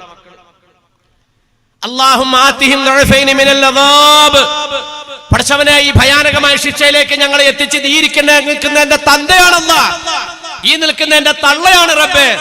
ഇവരുടെ നെഞ്ചത്ത് ഞാനൊന്ന് ചവിട്ടിക്കൊണ്ട് എന്റെ ശിക്ഷയ്ക്ക് ഞാനൊരു അളവ് കാണട്ടെ അല്ലാഹ്. ഒന്ന് കിടത്തിത്താട്ടെ, ഞങ്ങൾക്ക് തരുന്നതിന്റെ ഇരട്ടി ശിക്ഷ എന്റെ ഉമ്മാക്കും ബാപ്പാക്കും കൊടുക്ക റബ്ബേ. ഒരു ശൈത്താൻ അവിടെ അത് വരില്ല. ശൈത്താൻ അവിടെ ആ രീതിയിൽ ഒന്നുമില്ല. ശൈത്താൻ ദുനിയാവിലെ നമ്മളെ ബുദ്ധിമുട്ടിപ്പിക്കണുള്ളൂ. ഇതാണ് മക്കളെ. ഞാൻ ചുമ്മാ ആത്മപരിശോധന അടുത്ത് ഈ പാടുവിട്ട് വളർത്തിയത് പഠിച്ചവനെ ഇതിൽ ഏതിലാന്ന് നബി തങ്ങളല്ലേ പറഞ്ഞ വിശാലമായൊരു മൈതാനം, നിറയെ മനുഷ്യന്മാര്, എല്ലാവരും ഇങ്ങനെ തിരക്കായിട്ട് എന്തൊക്കെ പറക്കി എടുത്തോണ്ടിരിക്കുകയാണ്. ഒരാളവിടെ സ്വസ്ഥമായിരിക്കുന്നു. ആലോചിച്ചു, നിങ്ങളെന്താ അവിടെ സ്വസ്ഥമായിട്ടിരിക്കുന്നത്? ഇവരെന്തായി പറക്കണത്? അവർക്ക് ആവശ്യമുള്ളതുകൊണ്ട് പറക്കണു, എനിക്ക് ആവശ്യമില്ലാത്തതുകൊണ്ട് ഞാൻ ഇവിടെ ഇരിക്കണം. മനസ്സിലായില്ലല്ലോ ഒന്നും. ഇതെല്ലാം മരണപ്പെട്ട മനുഷ്യരുടെ ആത്മാവുകളാണ്. ഇവരെല്ലാം ഈ പറക്കിയെടുത്തോണ്ടിരിക്കുന്നത് മുസ്ലിങ്ങൾ ലോകത്ത് ചെയ്ത പ്രാർത്ഥനകളാണ്. നിങ്ങളുടെ മെമ്പർ ഉണ്ടായ കാലം മുതല് اللهم اغفر لنا وللمؤمنين والمؤمنات والمسلمين والمسلمات. അങ്ങനെ ഒരു ദുആ ഇല്ലാത്ത ഒരു മെമ്പർ ഈ ദുനിയാവിൽ എവിടെയെങ്കിലും ഉണ്ടോ? അതാണ് മുസ്ലിങ്ങൾ ചെയ്യുന്ന പ്രാർത്ഥനയാണ് ഇവർ പറക്കിയെടുത്തോണ്ടിരിക്കുന്നത്. മരിച്ച ആത്മാവുകളാണ്. ഞാൻ അതിനകത്ത് ഇടപെടാത്ത എന്തുകൊണ്ടാണ്? എനിക്കതിന്റെ ആവശ്യമില്ല. എന്റെ മോൻ പരിശുദ്ധ ഖുർആൻ മനപ്പാഠമാക്കിയ മോനാണ്. എന്റെ മോൻ ഖുർആൻ മനപ്പാടാക്കിയതാ. ആ മോൻ മനപ്പാഠമാക്കി, അതനുസരിച്ച് അവൻ പഠിച്ചു. ഇപ്പോൾ അവൻ ശരിക്കും കച്ചവടക്കാരനാണ്. പക്ഷെ അവൻ കച്ചവടം നടത്തുന്നുവെങ്കിലും അവന്റെ നാവിലൂടെ ഖുർആൻ പാരായണം നടന്നുകൊണ്ടിരിക്കുകയാണ്. അഴിച്ചുവിട്ട ഒട്ടകം പോലെ ഓതിക്കൊണ്ടേയിരുന്നില്ലെങ്കിൽ വിട്ടുപോകും. കച്ചവടം ചെയ്യുന്ന എന്റെ മോൻ ഇത് ഓതിക്കൊണ്ടിരിക്കുക. 30 ജുസ് തീരുമ്പോൾ അവൻ ദുആ ചെയ്യുന്നു, അല്ലാഹ് ഞാൻ ഈ ഓതിയ പരിശുദ്ധ കലാമിന്റെ മിഥുനസവാബ് എന്റെ വാപ്പാക്ക് നീ എത്തിക്കണേ തമ്പുരാനെ. എന്റെ മകൻ ഓതിയിട്ട് എനിക്കതിന്റെ കൂലി ഹദിയ ചെയ്യുന്നുണ്ട്. ഞാനിവിടെ പോയി കിടന്ന് തട്ടിപ്പറിക്കേണ്ട ആവശ്യമില്ല. പറ, ഇരിക്കുന്നതൊക്കെ നിങ്ങളൊക്കെ മക്കളല്ലേ? നിങ്ങളുടെയൊക്കെ വാപ്പാക്ക് വേണ്ടി എന്ത് ചെയ്തു, ഉമ്മാക്ക് വേണ്ടി എന്ത് ചെയ്തു? ഒരു മഗ്രിബ് നമസ്കാരം കഴിഞ്ഞിട്ട് ഒരു ഫാത്തിഹ ഓതി, ഒരു 3 ഇഖ്ലാസ് ഓതി, ഒരു ഫലക്കും നാസ് ഓതി, ഒരു 10 സലാത്തി എല്ലി, അല്ലാ എന്റെ കബറിൽ കിടക്കണേ, എന്റെ ഉപ്പിച്ചിക്ക് ഇതിന്റെ കൂലി എത്തിച്ചു കൊടുക്കണേ റബ്ബേ എന്ന് പറയുന്ന എത്ര മക്കളുണ്ട് ഇവിടെ ഇരിക്കുന്നതിൽ? നിങ്ങൾ തന്നെ സ്വയം വിലയിരുത്തുക. നിങ്ങൾ എന്ത് ചെയ്യുന്നു? വെറും ആബാവുക്കും തബറുക്കും അബനാക്കും. നിങ്ങൾ ചെയ്താൽ നിങ്ങളുടെ മക്കളും ചെയ്യുന്നായി പറഞ്ഞത്. നിങ്ങൾ ചെയ്താൽ നിങ്ങളുടെ മക്കളും ചെയ്യും. എത്ര പേരിവിടെ ചെയ്യുന്നുണ്ട്? ചെയ്യണുണ്ട്. എത്ര പേരെന്നാ എന്റെ ചോദ്യം. നിങ്ങളൊക്കെ ഒരേ ഉമ്മാടെ മാപ്പാടെ മക്കളല്ലേ? നമ്മൾ നന്മ ചെയ്യുന്നതുകൊണ്ട് നമ്മുടെ വാപ്പായുമായി ഉയരുമല്ലേ? അങ്ങനെയല്ലേ ഇപ്പൊ ഇത് മനസ്സിലാക്കി തന്നത്? നമ്മളൊരു നന്മ ചെയ്യുമ്പോൾ നമ്മൾ മാത്രമല്ല രക്ഷപ്പെടണേ, നമ്മൾ നന്മ ചെയ്തതിന്റെ പേരിൽ നമ്മുടെ ഉമ്മ രക്ഷപ്പെടുകയാണ്, നമ്മുടെ പാപ്പ രക്ഷപ്പെടുകയാണ്. നമ്മൾ നിസ്കരിക്കുന്നതിന്റെ പേരിൽ നമ്മൾ മാത്രമല്ല, നമ്മുടെ മാതാപിതാക്കൾ രക്ഷപ്പെടുകയാണ്. സഹോദരിമാരെ, നമ്മൾ നല്ല വേഷം ധരിച്ചതിന്റെ പേരിൽ നമ്മൾ മാത്രമല്ല, നമ്മുടെ ഉമ്മായും പാപ്പായും രക്ഷപ്പെടുകയാണ്. എത്രയുണ്ട് പറ. എന്റെ സഹോദരങ്ങളെ, 3 കിട്ടുന്ന ഒന്നത് ഇവിടെ കണ്ടത്. ഇപ്പൊ ഞാൻ പറഞ്ഞു വന്നതാണ്. ഒന്നാമത്തെ സദഖത്തും ജാരിയ, അതേ നിൽക്കുന്നു. രണ്ടാമത്തേത് ദുആ ചെയ്യുന്ന മക്കള്, അത് ഇവിടുന്ന് ഇറങ്ങണം. ഇവിടുന്ന് ഇറങ്ങാത്ത മക്കൾ ദുആ ഉണ്ടാവില്ല. മൂന്നാമത്തെ ഇൽമു യുൻദഫു ബി, അത് ഇവിടുന്ന് തന്നെയാ. ഫലപ്പെടുന്ന വിജ്ഞാനം, നിങ്ങൾക്കൊരു അറിവ് കിട്ടി, അത് നിങ്ങൾ വേറെ ആർക്ക് പറഞ്ഞു കൊടുത്തു, അത് അയാൾ അപ്പുറത്തേക്ക് പറഞ്ഞു കൊടുക്കുക. ഇങ്ങനെ പോകുന്ന വിജ്ഞാനം നാളെ ഖബറിലേക്ക് നിലനിൽക്കുന്ന നന്മയാണെന്ന് നബിയുനാ റസൂലുള്ളാഹി. ഇത് 3 ഒത്തിണങ്ങിയതാണ് ഈ സ്ഥാപനം. 3 ഒത്തിണങ്ങിയതാണ്. അവസരങ്ങളുണ്ട്, ഉപയോഗപ്പെടുത്താൻ പറ്റിയെങ്കിൽ ഉപയോഗപ്പെടുത്താം. ഇൻഷാ അല്ലാഹ് ഞാൻ പറയാം. നിങ്ങൾ ചുമ്മാ ഉപയോഗപ്പെടുത്തണ്ട. ഇത്രയും ജനത്തിനെ കൊണ്ട് നിങ്ങൾക്ക് നല്ല ഗുണം കിട്ടാവുന്ന നിലയ്ക്ക് ഉപയോഗപ്പെടുത്തിക്കോ. ഇൻഷാ അല്ലാഹ് പറഞ്ഞ ഞാൻ ഇപ്പൊ പറഞ്ഞു വന്നെന്താ, നമ്മുടെ മക്കള് ഇതുപോലുള്ള ഒരു അവസ്ഥയിലേക്ക് എത്തിയിട്ടില്ലല്ലോ എന്ന് വിഷമിക്കുന്നവർ ഇവിടെ ഉണ്ടെങ്കിൽ ഉണ്ടാവൂലോ. ഇത് വിദേശികൾക്ക് മാത്രമൊന്നും ഉള്ളതല്ല. എൻ്റെ അടുത്ത് ഞാൻ അവിടെ ഇരിക്കുമ്പോൾ ബഹുമാനപ്പെട്ട ഉസ്താദിന്റെ അടുത്തേക്ക് ഒരു പയ്യൻ കയറി വന്നു. എന്നിട്ട് പറഞ്ഞു, ഇവൻ ഈ നാട്ടുകാരനാണ് ഉസ്താദ് വാവസിലാരെ. എന്നോട് പറഞ്ഞു, ഇവൻ ഈ നാട്ടുകാരനാണ്. ഈ നാട്ടുകാരെ ഇത് കൂടുതൽ ഫലപ്പെടുത്തേണ്ടത്. എന്റെ ജനങ്ങളെ, നമ്മുടെ മക്കള് നമ്മൾ ഉദ്ദേശിച്ച നിലവാരത്തിലേക്ക് കിട്ടുന്നില്ലെങ്കിൽ, ഇപ്പൊ പലർക്കും ഒക്കെ ഇപ്പൊ അങ്ങനെ വിഷമമുണ്ടല്ലോ, എന്തുകൊണ്ട് കിട്ടുന്നില്ല? ഇവിടെ ഈ അടക്ക കുഴിച്ചിട്ട് കഴിഞ്ഞാൽ ഈ മാതിരി അടക്കാമരല്ല ഇവിടെ ഉണ്ടാവുക. അടക്ക കുഴിച്ചിട്ടാ തെങ്ങുണ്ടാവും ഇവിടെ. ഞങ്ങളുടെ നാട്ടിൽ അടക്ക കുഴിച്ചിട്ടാ ഈ ആദ്യം അടക്കാമരം ഉണ്ടാവും, എന്നിട്ട് അതിൽ അടക്ക ഉണ്ടാവും. അടക്ക കുഴിച്ചിട്ടാ തെങ്ങുണ്ടാവോ? നിങ്ങൾ എന്താണോ കുഴിച്ചിട്ടത് അതേ മുളയ്ക്കൂ. പടച്ചവനെ, എന്റെ മോൻ ഈ പറഞ്ഞപ്പെട്ട നിലയിലേക്കൊന്നും എത്തിയിട്ടില്ലല്ലോ അല്ലാ. നിങ്ങളിപ്പോ എങ്ങനെ ചിന്തിക്കായിരിക്കും? അല്ലാഹുവേ, മഹ്ശറയിൽ എനിക്ക് ഈ രീതിയിൽ കിരീടം ചൂടാൻ എന്റെ മക്കളെ കൊണ്ട് എനിക്ക് ഫലമില്ലല്ലോ. മഹ്ശറയിൽ നേരത്തെ പറഞ്ഞ 3 സ്ഥലത്തും ഭയപ്പെടുന്നിടത്തിൽ മക്കളുടെ ദുആ കൊണ്ട് എനിക്ക് രക്ഷയില്ലല്ലോ. പടച്ചവനെ, ഭയാനകമായ മഹ്ശറയിൽ മക്കളുടെ ദുആ കൊണ്ടിട്ട് ഇങ്ങനെ സ്വസ്ഥമായിരിക്കേണ്ട ഒരു അവസ്ഥ എനിക്കില്ലല്ലോ. നിങ്ങൾ വിഷമിക്കുന്നുണ്ടെങ്കിൽ അതിന് അവസാനം ഞാനൊരു ഒറ്റമൂലി പറഞ്ഞുതരാം. ആ വിഷമിക്കാനുള്ള കാരണം നമ്മുടെ ഭാഗത്തുനിന്നുണ്ടായതാണ്. അതായത് നമ്മുടെ കുഞ്ഞ് ആ നിലയിലേക്ക് വരണമെങ്കിൽ എന്ത് ചെയ്യണമെന്ന് അഷ്റഫുൽ ഖൽഖ് റസൂലുള്ളാഹി വരച്ച് കാണിച്ചു തരുന്നു. അത് നമ്മൾ ചെയ്തിട്ടുണ്ടോ? ഒരു കുഞ്ഞ് ജനിച്ചത് മുതൽ 16ാമത്തെ വയസ്സെത്തുന്നത് വരെ മാതാപിതാക്കൾ ആ കുഞ്ഞിനെ എങ്ങനെയാണ് കൊണ്ടുപോകേണ്ടത് എന്ന് ലോകാനുഗ്രഹി നബിയുനാ റസൂലുള്ളാഹി വരച്ച് കാണിച്ചു തരുന്നു. നമ്മൾ ആരൊക്കെ ഇത് ചെയ്തിട്ടുണ്ട് എന്ന് പറഞ്ഞാൽ, ഇദാ ഉലിദ വലദൻ, ഒരു കുഞ്ഞ് ജനിച്ചാൽ അദ്ദന ഫീ ഉദ്നിഹിൽ യുംന, ഉണ്ടായാൽ അപ്പ തന്നെ വലത്തെ ചെവിയിൽ ബാങ്ക്, ഇടത്തെ ചെവിയിൽ ഇഖാമത്ത്. നിങ്ങളിത് കേൾക്കുമ്പോൾ ഓരോരുത്തരും ആത്മപരിശോധന നടത്തണം. എനിക്ക് ഇത്ര മക്കളുണ്ടായല്ലോ അല്ലാ, ഇതിൻ്റെ ഒന്നും എൻ്റെ ചെവിയിൽ ബാങ്ക് ഇഖാമത്തും പള്ളിയിലെ മോദിയും വേണ്ട. നമ്മൾ തന്നെ നമ്മളെ സഹോദരിമാരെ, ഇപ്പൊ പ്രസവമൊക്കെ ലേബർ റൂമിലാണല്ലോ. ഞാൻ ഗൗരവത്തോടൊരു കാര്യം പറയാം കേട്ടോ. നിങ്ങൾ എന്നോട് ശ്രദ്ധയോടെ ഈ പോയിന്റ് നിങ്ങൾ കേൾക്കണം. 60% ഇന്ത്യ രാജ്യത്തെ ആതുരാലയങ്ങളും ആശുപത്രികളും രോഗിയെ ചികിത്സിക്കുന്നത് അയാളുടെ മതവും ജാതിയും വർണ്ണവും വർഗവും നോക്കിയിട്ടുള്ള നിലവാരത്തിലേക്ക് തരം താഴ്ന്നു പോയി. 60% ഹോസ്പിറ്റലുകൾ, 40% ആശുപത്രികളെ രോഗികളെ ചികിത്സിക്കുന്നവരുള്ളൂ. എന്ന് പറഞ്ഞാൽ ആംബുലൻസ് വരികയാണ് സൈറൻ വിളിച്ചോണ്ട്,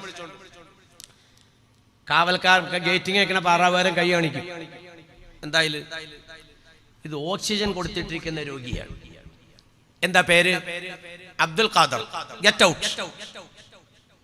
നേരെ കണ്ടില്ലേ? ഇന്ത്യ രാജ്യത്ത് നമ്മൾ ഇഷ്ടം പോലെ കണ്ടില്ലേ? നിങ്ങൾ മനസ്സിലാക്കിക്കോ, ഇന്ന് ഹോസ്പിറ്റലുകളിൽ 60% ആ നിലക്കുള്ള നശിച്ച ചിന്താഗതിയിലേക്ക്, തീവ്രവാദ ചിന്താഗതിയിലേക്ക് ഹോസ്പിറ്റലുകൾ മാറ്റപ്പെട്ട കാലമാണ്. അതുകൊണ്ട് ചികിത്സിക്കാൻ പോകുന്ന ആശുപത്രിയെ സംബന്ധിച്ച് ഒരു പഠനം നടത്തിയിട്ടേ പോകാവുള്ളൂ. ലേബർ റൂമിലേക്ക് നിന്റെ മോളെ അല്ലെങ്കിൽ നിന്റെ ഭാര്യനെ, നിന്റെ മരുമകളെ അത് പ്രവേശിപ്പിക്കാൻ വേണ്ടി നീ തയ്യാറാവുമ്പോ ഗൈനക്കോളജിസ്റ്റിനെ നീ കാണണം. പ്രസവിച്ച ഉടനെ കുഞ്ഞിന്റെ വലത്തെ ചെവിയിലും ഇടത്തെ ചെവിയിലും ഞങ്ങൾക്ക് ഒരു മന്ത്രം ചൊല്ലിക്കൊടുക്കാനുണ്ട്. നിങ്ങൾ അതിനുള്ള സൗകര്യം ലേബർ റൂമിന്റെ അവിടെ ചെയ്തു തരുമോ? ഇല്ല, ചീട്ടും കീറി തന്നേരെ. ഇത് നമ്മൾ ധൈര്യം കാണിക്കണം. അങ്ങനെ അനുവദിക്കുന്ന ഹോസ്പിറ്റലുകൾ നമ്മൾ തിരഞ്ഞെടുക്കണം. എനിക്ക് 4 ആൺകുട്ടികളാണ്, 3 വിവാഹം കഴിച്ചു. 3 ആൺമക്കളിൽ എനിക്ക് 6 പേരക്കുഞ്ഞുങ്ങളുണ്ട്. 6 പേരക്കുഞ്ഞുങ്ങൾ. 6 ലേബർ റൂമിന്റെ ഉള്ളിൽ കയറി ബാങ്കും ഇഖാമത്തും കൊടുക്കാൻ അവസരം കിട്ടി. അങ്ങനെയുള്ള ഹോസ്പിറ്റലാണ് ഞാൻ എൻ്റെ മരുമക്കളെ, എനിക്ക് 4 ആൺകുട്ടികളാണ്, പെൺകുട്ടികളില്ല. എൻ്റെ മരുമക്കളെ ഞാൻ പ്രസവത്തിന് തിരഞ്ഞെടുത്ത് അങ്ങനെയുള്ള ഹോസ്പിറ്റലിലാണ്. പേരും പറഞ്ഞുതരാം. എനിക്ക് ആ മൂപ്പര് കൈ കൊടുക്കുന്ന എന്നിട്ട് പറഞ്ഞല്ല ഞാനിത്. ആലുവ ടൗണിന്റെ ഹൃദയഭാഗത്തുണ്ട് ഒരു ഹോസ്പിറ്റൽ, നജാത്ത്. ഞാനിപ്പോ തൊപ്പി ഊരി സ്പീച്ച് ഞാൻ വെച്ചേക്കുക. നജാത്ത് ഹോസ്പിറ്റലിന്റെ ഡയറക്ടർ ഡോക്ടർ അബ്ബാസ് ഒരു സമയത്തും തൊപ്പി ഊരാത്ത മനുഷ്യനാ. ഒരു സമയത്തും തൊപ്പി ഊരാത്ത മനുഷ്യൻ. നജാത്ത് ഹോസ്പിറ്റലിൽ മുസ്ലിം പെൺകുട്ടികൾ നഴ്സുമാരുണ്ടെങ്കിൽ പർദ്ദയും വെക്കലും ഫർളാ. മഗ്‌രിബ് നമസ്കാരം കഴിയുമ്പോൾ തബാറക്കൽ സൂറത്തുൽ മുൽക്ക് അവിടെ ഓതും. എല്ലാ രോഗികളുടെയും റൂമില് ബോക്സ് വെച്ചിട്ടുണ്ട്. എല്ലാ റൂമിലും തബാറക്കൽ കേൾക്കും. എല്ലാ രോഗികൾക്കും വേണ്ടി പ്രത്യേകം ഷിഫായ്ക്ക് വേണ്ടി ദുആ ചെയ്യും. ഞാൻ ആ ഹോസ്പിറ്റലിലാണ് ചികിത്സിക്കുന്നത്. നമ്മൾ ചുമ്മാ പറഞ്ഞിട്ടൊന്നും കാര്യമില്ല. ഇതിന് സൗകര്യം ഇല്ലെങ്കിൽ പ്രസവിപ്പിക്കാൻ അവിടെ നമ്മൾ തയ്യാറാകരുത്. പ്രസവം കഴിഞ്ഞ ഉടനെ ഇത് ശ്രദ്ധിച്ചോട്ടോ, ഞാൻ പുടുപുടുന്നങ്ങ് പറയാം. 16ാമത്തെ വയസ്സ് വരെ തങ്ങൾ നമ്മളോട് പറഞ്ഞത് ഇതൊക്കെ കുഴപ്പത്തിന്റെ ഒന്നാം കാരണം ഇതാണ്. ഒന്നാമത്തെ കാരണം ഇതാ, നിങ്ങൾക്ക് ഇപ്പൊ ഇടങ്ങേറ് പറ്റിയോ? കുടുംബത്തിൽ കുഴപ്പമാണോ? നിങ്ങൾ കുടുംബത്തിൽ നിന്ന് റസൂലുള്ളാഹിനെ ആട്ടി ഓടിച്ചൂടോ? നിങ്ങളുടെ കച്ചവടത്തിൽ പരാജയമാണോ? റസൂലുള്ളാഹിനെ നിങ്ങൾ ചവിട്ടി പുറത്താക്കിയിടോ? നിങ്ങളുടെ പൊതുപ്രവർത്തനം പരാജയമാണോ? നബി തങ്ങളെ ഇടിച്ച് വെളിയിലാക്കിയിടോ? തങ്ങൾ നമ്മുടെ കുടുംബത്തിലേക്ക് വരുന്നില്ല. മക്കളെ കൊണ്ട് ഇടങ്ങേറാണോ? റസൂലുള്ളാഹിനെ നിങ്ങൾ ആട്ടി പുറത്താക്കി. തങ്ങൾ പറയാണ്, ജനിച്ചാൽ ഉടനെ ബാങ്ക് ഇഖാമത്ത് കൊടുത്താൽ പിന്നെ മധുരം കൊടുക്കണം. ഉമ്മുൽ മുഅ്മിനീൻ ആയിഷ തുഹ്റ റളിയല്ലാഹു അൻഹ പറയാണ്, റസൂലുള്ളാഹിയുടെ മടിയിലേക്ക് കുഞ്ഞിനെ വെച്ചു കൊടുക്കും. ജനിച്ച അതേ കുഞ്ഞിനെ പെട്ടെന്ന് കൊണ്ടുവന്ന് വച്ചം കൊടുക്കുകയാണ്. വന്നവര് കാരക്ക കൊടുക്കും. തങ്ങളത് വായിലിട്ട് ചവച്ച് ലായനിയാക്കും, ദ്രാവക രൂപത്തിലാക്കും. തൊട്ടു കുഞ്ഞിന്റെ വായിലേക്ക് വെച്ചു കൊടുക്കും. ആയിഷ റളിയല്ലാഹു അൻഹ പറയാണ്, അങ്ങനെ ഒരു കുഞ്ഞിന് തൊട്ടു വെച്ചു കൊടുക്കുമ്പോൾ അത് മൂത്രമൊഴിച്ചു. റസൂലുള്ളാഹിന്റെ മടിയിൽ മൂത്രമായി. തങ്ങൾ വെള്ളം കൊണ്ടുവരാൻ പറയുകയും ആ മൂത്രത്തിലേക്ക് വെള്ളം കൊടയുകയും ചെയ്തു. മൂത്രമായ ഭാഗം നബി തങ്ങൾ കഴുകിയില്ല എന്ന് ഉമ്മുൽ മുഅ്മിനീൻ ആയിഷ തുഹ്റ റളിയല്ലാഹു അൻഹ. ഉണ്ടായ ആൺകുഞ്ഞ് 2 വയസ്സ് എത്തുന്നത് വരെ മുലപ്പാലല്ലാതെ മറ്റൊന്നും കഴിച്ചിട്ടില്ലെങ്കിൽ ആ കുഞ്ഞിന്റെ മൂത്രം വീഴുന്ന ഭാഗം വെള്ളം കൊടഞ്ഞാൽ മതിയെന്ന് പരിശുദ്ധ റസൂൽ സല്ലല്ലാഹു അലൈഹി വസല്ലം. ആ സ്ഥാനത്ത് ഇന്ന് ജനിച്ച പെൺകുഞ്ഞ് മൂത്രമൊഴിച്ചാൽ ആ മൂത്രമൊഴിച്ച ഭാഗം വൃത്തിയായി കഴുകണമെന്ന് പരിശുദ്ധ റസൂൽ സല്ലല്ലാഹു അലൈഹി വസല്ലം. എന്താണോ മുസ്ലിയാരെ അങ്ങനെ? അത് അന്വേഷിക്കടാ. കോടിക്കണക്കിന് രൂപ ഇവിടെ ശാസ്ത്രജ്ഞന്മാരും പറഞ്ഞ് ശമ്പളം മേടിക്കണവരെ നീയൊക്കെ അന്വേഷിക്ക്. എന്താണ് പെൺകുട്ടിയുടെ മൂത്രം കഴുകണമെന്ന് ഇസ്ലാം പറഞ്ഞത്? എന്താണ് ആൺകുട്ടിയുടെ തളിക്കണമെന്ന് പറഞ്ഞത്? ഞങ്ങളുടെ പണി അതിന്റെ വശങ്ങൾ അന്വേഷിക്കലല്ലടാ, അതിന്റെ ശാസ്ത്രീയ വശം നീ അന്വേഷിച്ച് കണ്ടെത്ത്. ഞങ്ങളുടെ പണി എന്താണ്? ഞങ്ങളുടെ റസൂലുള്ളാഹി എന്തു പറഞ്ഞു അത് അക്ഷരാർത്ഥത്തിൽ ഞങ്ങൾ അനുസരിക്കും, ഞങ്ങൾ കേൾക്കും, നടപ്പിലാക്കും. ഇതാണ് ഞങ്ങളുടെ പണി. ഞങ്ങൾ ഇതിന്റെ ശാസ്ത്രീയ വശം അന്വേഷിക്കലല്ല. ഞങ്ങളുടെ പണി റബ്ബനാ മാ ഖലഖത ഹാദാ ഹാദാ ബാത്തില സുബ്ഹാനക വഖിനാ അദാബന്നാർ. ഈ ആകാശങ്ങളെയും പ്രപഞ്ചത്തെയും ഇതിനെയെല്ലാം അല്ലാഹുവേ നീ വെറുതെ സൃഷ്ടിച്ചതല്ല തമ്പുരാനെ, നീ ഇതിനെല്ലാം വ്യക്തമായ ഉദ്ദേശത്തോടെ സൃഷ്ടിച്ചതാണ്. റബ്ബനാ മാ ഖലഖത ഹാദാ ബാത്തില സുബ്ഹാനക വഖിനാ അദാബന്നാർ. നിന്റെ പരിശുദ്ധിയെ ഞാൻ വാഴ്ത്തുന്നു അല്ലാഹ്. നരകത്തെ തൊട്ട് നീ എന്നെ കാക്കണേ പടച്ചവനെ. നമ്മുടെ പണി അതാണ്, നമ്മുടെ പണിയതാ, നരകത്തെ തൊട്ട് കാക്കണേ പടച്ചവനെ.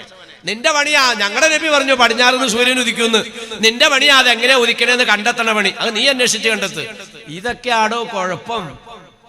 നമ്മൾ തീവ്രവാദികളായിട്ടല്ല, നമ്മള് രാജ്യദ്രോഹികളായിട്ടുമല്ല, നമ്മൾ ടാക്സ് കൊടുക്കാത്തവരായിട്ടുമല്ല, നമ്മൾ നോട്ട് പൂഴ്ത്തി വെച്ചവരായിട്ടല്ല, നമ്മൾ ഭരണകൂടത്തിനെ തകിടം മറിക്കുന്നവരായിട്ടല്ല. പിന്നെ എന്തേ നമ്മളെ ആക്രമിക്കുന്നത്? നിന്റെ വിശ്വാസം, നിന്റെ ആദർശം, നിന്റെ സംസ്കാരം ഈ ലോകത്ത് നിലനിൽക്കുന്ന കാലം ഞങ്ങളുടെ വിശ്വാസവും സംസ്കാരവും ഈ ലോകത്ത് നിലനിൽക്കില്ല.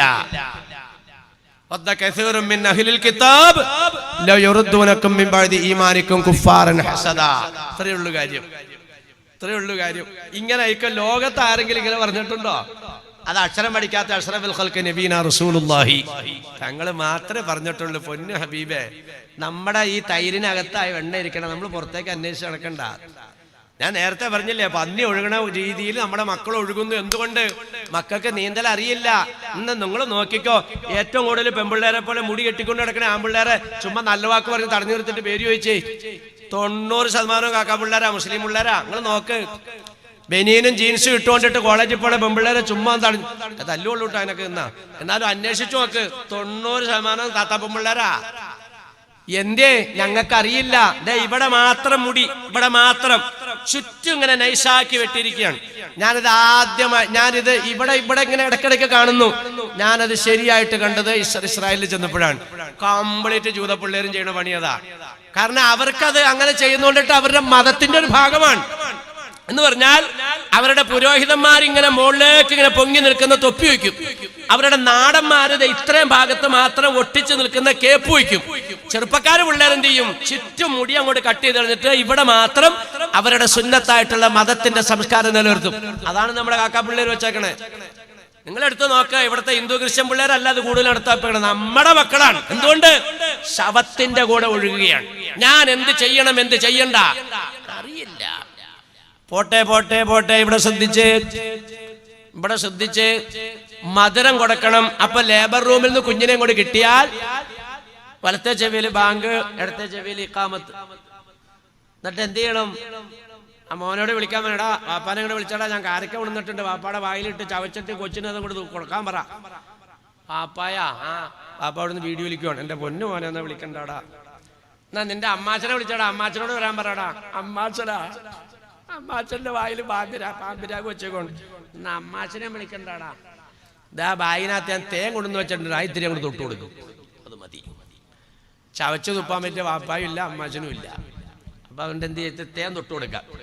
തീർന്നില്ല, ഉണ്ടായ ഉടനെ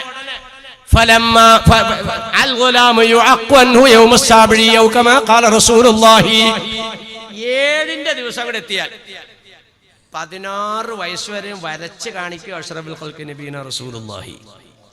7ാമത്തെ ദിവസം അങ്ങ് എത്തിയാൽ അഴുക്ക് നീക്കണമെന്നാണ്. അതായത് മുടി വടിച്ചെടുക്കുക.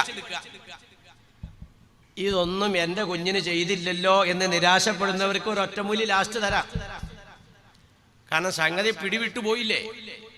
പിടിവിട്ടുപോയാൽ പിന്നെ എന്താ ഒരു പിടിയുണ്ട് അവസാനം. പറഞ്ഞുതരാം. ഇപ്പൊ നിർത്തിയേക്കാം കേട്ടോ, സമയം ഇനി നിസാര സമയമുള്ളൂ.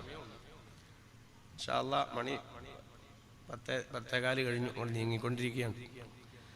റഹ്മാനായ റബ്ബ് ഇനി ദുനിയാവിൽ കൂടിയില്ലെങ്കിൽ പൊന്നാര ഹബീബിന്റെ അടുത്ത് കൂടാൻ അല്ലാഹുമ്മക്കെല്ലാം ഭാഗ്യം നൽകി അനുഗ്രഹിക്കുമാറാകട്ടെ.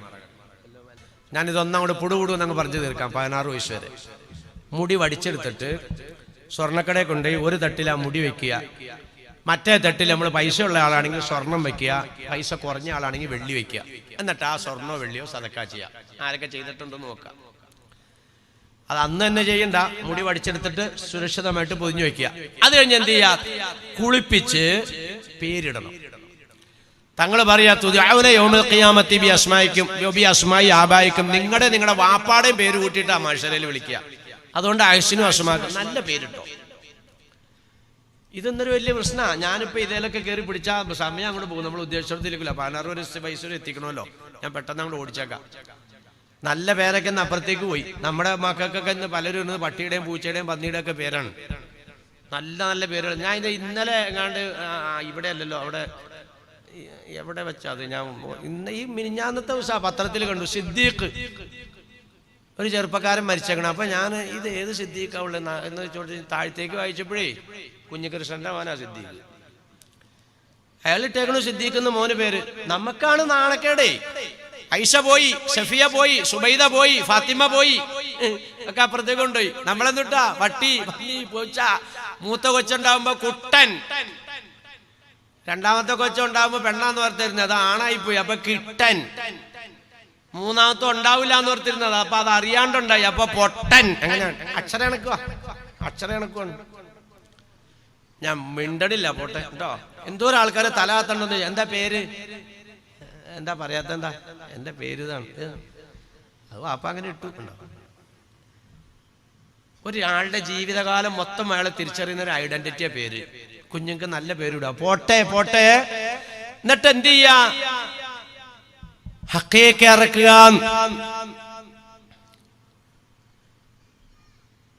ഹഖീഖ ഇറക്കാൻ അൽ ഗുലാമു മുർതഹിനും ബിഅഖീഖിഹി.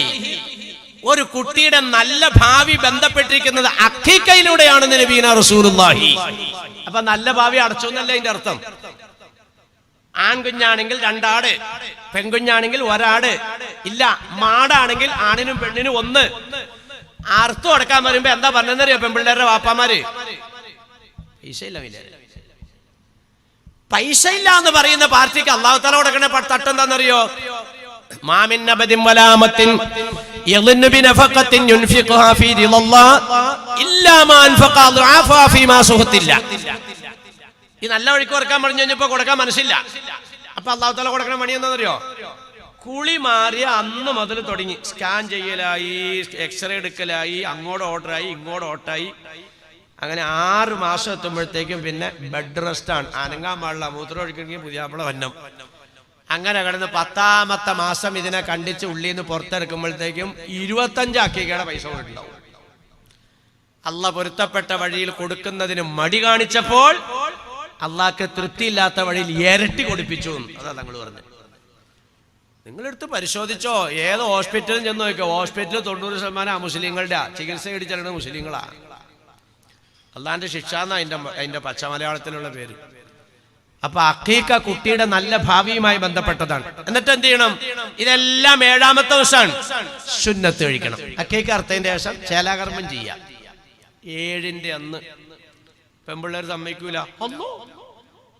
7 ദിവസമല്ലേ ആയുള്ളൂ പറഞ്ഞ ഏട്ടാ, ഏതാണ്ട് ചേർത്ത് കണ്ടിച്ചു കളയണ കാര്യമാണ്. അതിന്റെ അറ്റത്തുനിന്ന് ഒരു ഇത്തിരി തോലായി കട്ട് ചെയ്ത് കളയണേ. ഇപ്പൊ അടുത്ത ദിവസം ഒരുത്തം കോടതി കൊണ്ടുവന്നിട്ട് ഒരു കേസ് കൊടുത്തല്ലോ, മുസ്ലിം കുട്ടികളെ പീഡിപ്പിക്കുന്നതിൽ നിന്നും സമുദായം പിന്മാറണം. അവന്റെ ഒരു വേദന അത് ഇതാ പറഞ്ഞ ചേലാകർമ്മം ചെയ്യണത് കുഞ്ഞുങ്ങളെ പീഡിപ്പിക്കലാന്ന്. എടാ, ഞങ്ങള് നിന്നോട് പറയാ, ഞങ്ങളെ 7ന്റെ അന്ന് അറ്റല്ല ഇത്തിരി കണ്ടിച്ചേണേ. നീ ഇനി മേലാലോ ഒരൊറ്റ കുഞ്ഞിനെ പീഡിപ്പിക്കരുത്. ഒരു കുഞ്ഞ് തള്ളയുടെ ഉദരത്തിൽ നിന്ന് ഇങ്ങോട്ട് പുറത്തേക്ക് ഇങ്ങോട്ട് വന്നാൽ അതിന്റെ പൊക്കിൾക്കൊടി കട്ട് ചെയ്യരുത്, പൊക്കിൾക്കൊടി മുറിക്കരുത്. പിന്നെ എന്ത് ചെയ്യണം? ആ മറുപിള്ള എല്ലാം കൂടെ ഒരു സഞ്ചിയിലിട്ടിട്ട് കൊച്ചിന്റെ പുറത്ത് തൂക്കിയിട്ടുണ്ട് പരിശീലനം കൊടുക്കണം, ചോന്നുകൊണ്ട് കൊടുക്കാൻ. ഈ പൊക്കിൾക്കൊടി പോലെ തന്നെയാണോ ഈ ചേലാകർമ്മം? ഈ മുലപ്പാൽ കൊണ്ടിട്ട് ഉണങ്ങും. അത് അത്രേ ഉള്ളൂ ഇതിനകത്ത്. ചേലാകർമ്മത്തിന്റെ ശാസ്ത്രീയ വശങ്ങൾ എന്തൊക്കെയാന്ന് ബുദ്ധിയുള്ളവർ ചോദിക്കും, ആരോഗ്യവകുപ്പിനെ അന്വേഷിക്കുക. അപ്പൊ പോട്ടെ, 7ന്റെ എന്നാ ചെയ്യണ്ടേ? പക്ഷെ പെമ്പിള്ളേരും ഉപയോഗിക്കൂല. ഇനി 7ന്റെ അന്ന് എന്തെങ്കിലും തടസ്സം വന്നാൽ 14-ന്, അന്നും എന്തെങ്കിലും തടസ്സം വന്നാൽ 21-ന് അതിന്റെ അപ്പുറത്തേക്ക് പോരും. അല്ലാണ്ട് 15 വയസ്സാകുമ്പോഴല്ല ചിന്നത്തേക്കുന്നത്. അങ്ങനെയൊക്കെ ഉണ്ടായിരുന്ന ഒരു കാലം. 15 വയസ്സാകുമ്പോ തന്നെ ഇവനെ പിടിച്ചാൽ കിട്ടുമോ? അപ്പൊ അവനെ പിടിച്ചു നിർത്താൻ വേണ്ടി ഈ കളരി പഠിച്ച ഗുരുക്കന്മാരാരെങ്കിലും കൊണ്ടുവരും. എന്നിട്ട് എന്ത് ചെയ്യും? ഒരു കോഴിപ്പൂവിനെയാണ് ആകെ ഇറക്കുക. എന്നിട്ട് കുറെ ഉരുളൻകിഴങ്ങൊക്കെ ഇട്ട് വലിയ നീട്ടി ചാറൊക്കെ വെച്ചൊരു മഞ്ഞച്ചോറുണ്ടാക്കും. ഞങ്ങളുടെ നാട്ടിലൊക്കെ പഴയ കാലത്ത് മാർക്ക കല്യാണം എന്നാ പേര്. 15 വയസ്സ്. ഇവനെ കള്ളിത്തൂനെ കൊടുത്ത് വേണ്ടി ഇരുത്തിയൊക്കെ ഉണ്ടോ അവിടെ. അപ്പൊ ഉസ്താദന്മാർ വന്നിട്ട് ഒരു ഷറഫലനാമ ചെല്ല യാ നബി സലാം അലൈക്കും. അപ്പൊ ഇവന്റെ വാപ്പ പറയും കളരിക്കാരനോട്, എടാ പിടിച്ചോടാ. അപ്പൊ ഇവന് ഒരുങ്ങിയിരിക്കണേ, കളരിക്കാരൻ പിടിക്കാനും കൂടെ വിളിച്ചിട്ട് ഇവർ ഒരൊറ്റ ചാട്ടം. ഇവൻ ചാടി ഓർഡർ അങ്ങോട്ടാ. ഈ വീടിന്റെ പറമ്പിന്റെ കുഴിയും കുണ്ടും ഒക്കെ ഇവനക്കല്ലേ അറിയാവുള്ളൂ. അവൻ ചുണ്ടരി പോണവരെ അങ്ങോട്ട് പോയി. കാക്ക കളരി പഠിച്ചു എന്ന് കാര്യമുണ്ടോ? കുഴിയിലേക്ക് വീണ് കഴിഞ്ഞാൽ ഇയാൾക്ക് മേല് പൊട്ടിയില്ലേ? അവിടെ പൊട്ടി, ഇവിടെ പൊട്ടി, ഷർട്ടും കീറി, തുണിയും കീറി. തിരിച്ചിവിടെ വന്നപ്പോഴത്തേക്കും ഉസ്താദന്മാര് യാ വലിയൽ ഹസനാതി യാ റഫീഅദ്ദറജാതി സല്ലല്ലാഹു അലാ മുഹമ്മദ് സല്ലല്ലാഹു അലൈഹി. അവ ചെറുക്കൻ്റെ വാപ്പോടെ കാത്തിരിക്കും. ആ കളരിക്കാരൻ തിരിച്ചു വന്നപ്പോ അവനെന്തേ എൻ്റെ പൊന്നങ്ങാതി അവൻ ചുണ്ടലി പോണാരി അങ്ങോട്ട് പോയി. ഇതിലെ പോയെന്ന് എനിക്ക് യാതൊരു പിടുത്തം കിട്ടില്ല. ഇവിടെ എൻ്റെ ഇവിടെ പൊട്ടി, അവിടെ പൊട്ടി, ഷർട്ടും കീറി. ഏതായാലും പണി അവൻ ബാപ്പാടെ വിട്ട് അങ്ങോട്ട് പോട്ടെ. ഇപ്പൊ തൽക്കാലം ചോറ് വിളമ്പ്, ഇവിടെ സംഗതി തീർന്നു. ഇതല്ല ചേലാകർമ്മം. 7 അല്ലെങ്കിൽ 14 അല്ലെങ്കിൽ 21 അതിന്റെ പുറത്തേക്ക് വരുത്. അതും കഴിഞ്ഞു. 6 വയസ്സെത്തിയാൽ അദ്ദബാ നബീന റസൂലുള്ളാഹി മദ്രസയെ കൊണ്ടാക്കണം. ജിബ്രീൽ അലൈഹിസ്സലാമിന് ഇപ്പൊ പണിയൊന്നുമില്ല. ഇവിടത്തെ കമ്മിറ്റിക്കാർ ജിബ്രീൽ അലൈഹിസ്സലാമിനെ ബുക്ക് ചെയ്തു ഇവിടെ വന്നു പറയാൻ. മൂപ്പര് വന്നിട്ട് പറയാണ് 6-ാമത്തെ വയസ്സിൽ അദ്ദബാ നിങ്ങളെ മക്കളെ മദ്രസയിലാക്കണം, 6-ാമത്തെ വയസ്സിൽ സ്കൂളിലാക്കണം. അവിടെ മാറി നിന്നിട്ട് താത്താമാരെന്ത് പറയുന്നല്ലോ, മലക്ക ജിബ്രീലിന്റെ പണി നോക്ക്. 6-ാമത്തെ വയസ്സിൽ കൊച്ചിനെ പള്ളിക്കൂടത്തിലേക്ക് 1-ാം ക്ലാസ്സിൽ കൊണ്ട് ചേർക്കുമ്പോ ആ ഒപ്പമുള്ള പിള്ളേർ 3-ാം ക്ലാസ്സിലായിട്ടുണ്ടാവും. നടക്കൂല. പിന്നെ വാമൂശിലാർ പറഞ്ഞാൽ നടക്കുവോ? നടക്കൂല. എനിക്കൊരപേക്ഷയുണ്ട്. എന്താണെന്നറിയോ? നിങ്ങൾ മാറിൽ നിന്നും കൂടെ പിടിച്ചു പറിച്ചുകൊണ്ട് സ്ഥാപനത്തിലാക്കിക്കോ. പക്ഷേ ആ കുഞ്ഞി ദുനിയാവിൽ ഒരു അക്ഷരം പഠിക്കുന്നതിന് മുമ്പ് ഒരു നല്ല മനുഷ്യന്റെ അടുത്ത് കൊണ്ടുവന്ന് ബിസ്മില്ലാഹിർ റഹ്മാനിർ റഹീം അത് എഴുതിക്കുകയും പറയിപ്പിക്കുകയും ചെയ്യാം. എന്നിട്ട് കൊണ്ടേയാക്കും. എനിക്കൊരു വിനീതമായിട്ടുള്ള അപേക്ഷയാണ്. ഈസാ അലൈഹി സ്വലാത്തു വസ്സലാമും അനുയായികളും ഇങ്ങനെ നടന്നു പോവുക. പെട്ടെന്ന് ഒരു ഖബർ കണ്ടോടെ നിന്നു. ഈസാ അലൈഹി സ്വലാത്തു വസ്സലാം പറഞ്ഞു, സഹാബത്തെ ഈ ഖബറാളി വലിയ ശിക്ഷയിലാണ്. പരിചയപ്പെടുത്തിയിട്ട് അങ്ങ് പോയി. കുറെ ദിവസം കഴിഞ്ഞ് മടങ്ങി ആ വഴി വരുമ്പോൾ ഖബറാളി വലിയ അനുഗ്രഹം കൊണ്ട് പൊതിയപ്പെട്ടിരിക്കുകയാണ്. ഈസാ അലൈഹി സ്വലാത്തു വസ്സലാം സുജൂദിലേക്ക് വീണിട്ട് ദുആ ചെയ്തു, അല്ലാഹ് നിസാര ദിവസങ്ങൾക്ക് മുമ്പ് ഞങ്ങൾ ഈ വഴി പോകുമ്പോൾ ഈ ഖബറാളി ശിക്ഷയിലായിരുന്നല്ലോ, ഇപ്പോൾ ഈ മനുഷ്യൻ രക്ഷയിലായല്ലോ തമ്പുരാനെ, കാരണം എന്താണ് റബ്ബേ അറിയിച്ചു തരണേ തമ്പുരാനെ. ദുആ ചെയ്തപ്പോൾ മുഖറബായ മലക്ക് ജിബ്രീൽ നബിയെ ഈ മനുഷ്യൻ മരണപ്പെടുമ്പോൾ ഇയാളുടെ ഭാര്യ ഗർഭിണിയാണ്. പ്രസവിച്ചതായ കുഞ്ഞിനെ 6-ാമത്തെ വയസ്സെത്തിയപ്പോൾ പള്ളിയിൽ കൊണ്ടുപോയി മഹാനായ പണ്ഡിതന്റെ മുന്നിലെത്തിച്ചിട്ട് ആ സ്ത്രീ പറഞ്ഞു, ഉസ്താദേ ഇത് യത്തീമായ കുഞ്ഞാണ്, എന്റെ മോനെ അള്ളാന്റെ കലാമ് പഠിപ്പിക്കാൻ ഞാൻ അങ്ങ് ഏൽപ്പിക്കുകയാണ്. ഇരിക്കു കുഞ്ഞേ എന്ന് പറഞ്ഞ ഉസ്താദ് മുന്നിലിരുത്തി. ഉസ്താദ് പറഞ്ഞു കൊടുത്തു, ബിസ്മില്ലാഹിർ റഹ്മാനിർ റഹീം, പരമകാരുണ്യകരും കരുണാനിധിയുമായ റബ്ബേ നിന്റെ നാമത്തിൽ നിന്റെ കലാമിനെ ഞാൻ പഠിക്കാൻ തുടങ്ങുകയാണ്. ഇതാ ഗുരുനാഥൻ പറഞ്ഞു കൊടുത്തപ്പോൾ ആ കുരുന്നുമോൻ അതിന്റെ കിളുന്ത നാവ് കൊണ്ട് ഏറ്റു പറഞ്ഞു, ബിസ്മില്ലാഹിർ റഹ്മാനിർ റഹീം. പടച്ചതമ്പുരാനെ പരമകാരുണ്യകരെന്ന് ആ കുഞ്ഞ് വിശേഷിപ്പിച്ചെങ്കിൽ ആ കരുണ അല്ലാഹു തആല കാണിക്കണ്ടേ നബിയേ. ആ കുഞ്ഞു പറഞ്ഞ ബിസ്മിയുടെ കരുണ കാണിക്കാൻ അല്ലാഹു തആല തെരഞ്ഞെടുത്തത് ഖബറിൽ ശിക്ഷിക്കപ്പെടുന്ന പിതാവിന് പുറത്തു കൊടുക്കലാണ്. ഒരു ബിസ്മില്ലാഹിർ റഹ്മാനിർ റഹീം കുഞ്ഞങ്ങ് പറഞ്ഞപ്പോ വാപ്പാക്ക് അല്ലാഹു തആല പുറത്തു കൊടുത്തു. ഞാൻ ഇങ്ങോട്ട് തന്നെ ചൂണ്ടണേ. ഇത്ര സൗകര്യം എവിടെയുണ്ട്? എൻ്റെ നാട്ടിലുമില്ല, എൻ്റെ അയൽനാട്ടിലുമില്ല. എൻ്റെ ഒരു കൊച്ചിനെ എനിക്ക് ഹിഫ്ള് പഠിപ്പിക്കണമെങ്കിൽ കുറേ ദൂരം കൊണ്ടുപോകേണ്ടി വരും. വീട്ടിൽ നിന്ന് ഇറക്കി ഇവിടെ നിന്ന് കൊണ്ടുവന്നാക്കാമല്ലോ. നെയ്യത്താക്കിക്കോ ഇവിടെ ഇരുന്നുകൊണ്ട് എൻ്റെ മോനെ എൻ്റെ മോളെയും എന്നുള്ള നിലവാരത്തിലേക്ക് അള്ളാഹു ഈ സംവിധാനത്തിനെ ഉയർത്തി തന്ന് അനുഗ്രഹിക്കുമാറാകട്ടെ. ഞാൻ പറയാം, പെൺകുഞ്ഞുങ്ങൾക്കും വേണം. ഒരു പെൺകുട്ടി ഒരു കുടുംബത്തിൽ ദീനുള്ളതായാൽ ആ കുടുംബം മൊത്തം നന്നാവും. എന്ന് പറഞ്ഞാൽ അവൾക്ക് ഭർത്താവിനെ നന്നാക്കാൻ കഴിയും, അമ്മാച്ചനെ നന്നാക്കാൻ കഴിയും, അമ്മായിയമ്മനെ നന്നാക്കാൻ കഴിയും, നാത്തൂമാരെ നന്നാക്കാൻ കഴിയും, ആ കുടുംബം മൊത്തം നന്നാക്കാൻ കഴിയും. ഒരു പെൺകുട്ടി നല്ലതാണ്, ആൺകുട്ടിയെ കൊണ്ട് സാധിക്കില്ല. അതാണ് പെണ്ണിന്റെ പവർ.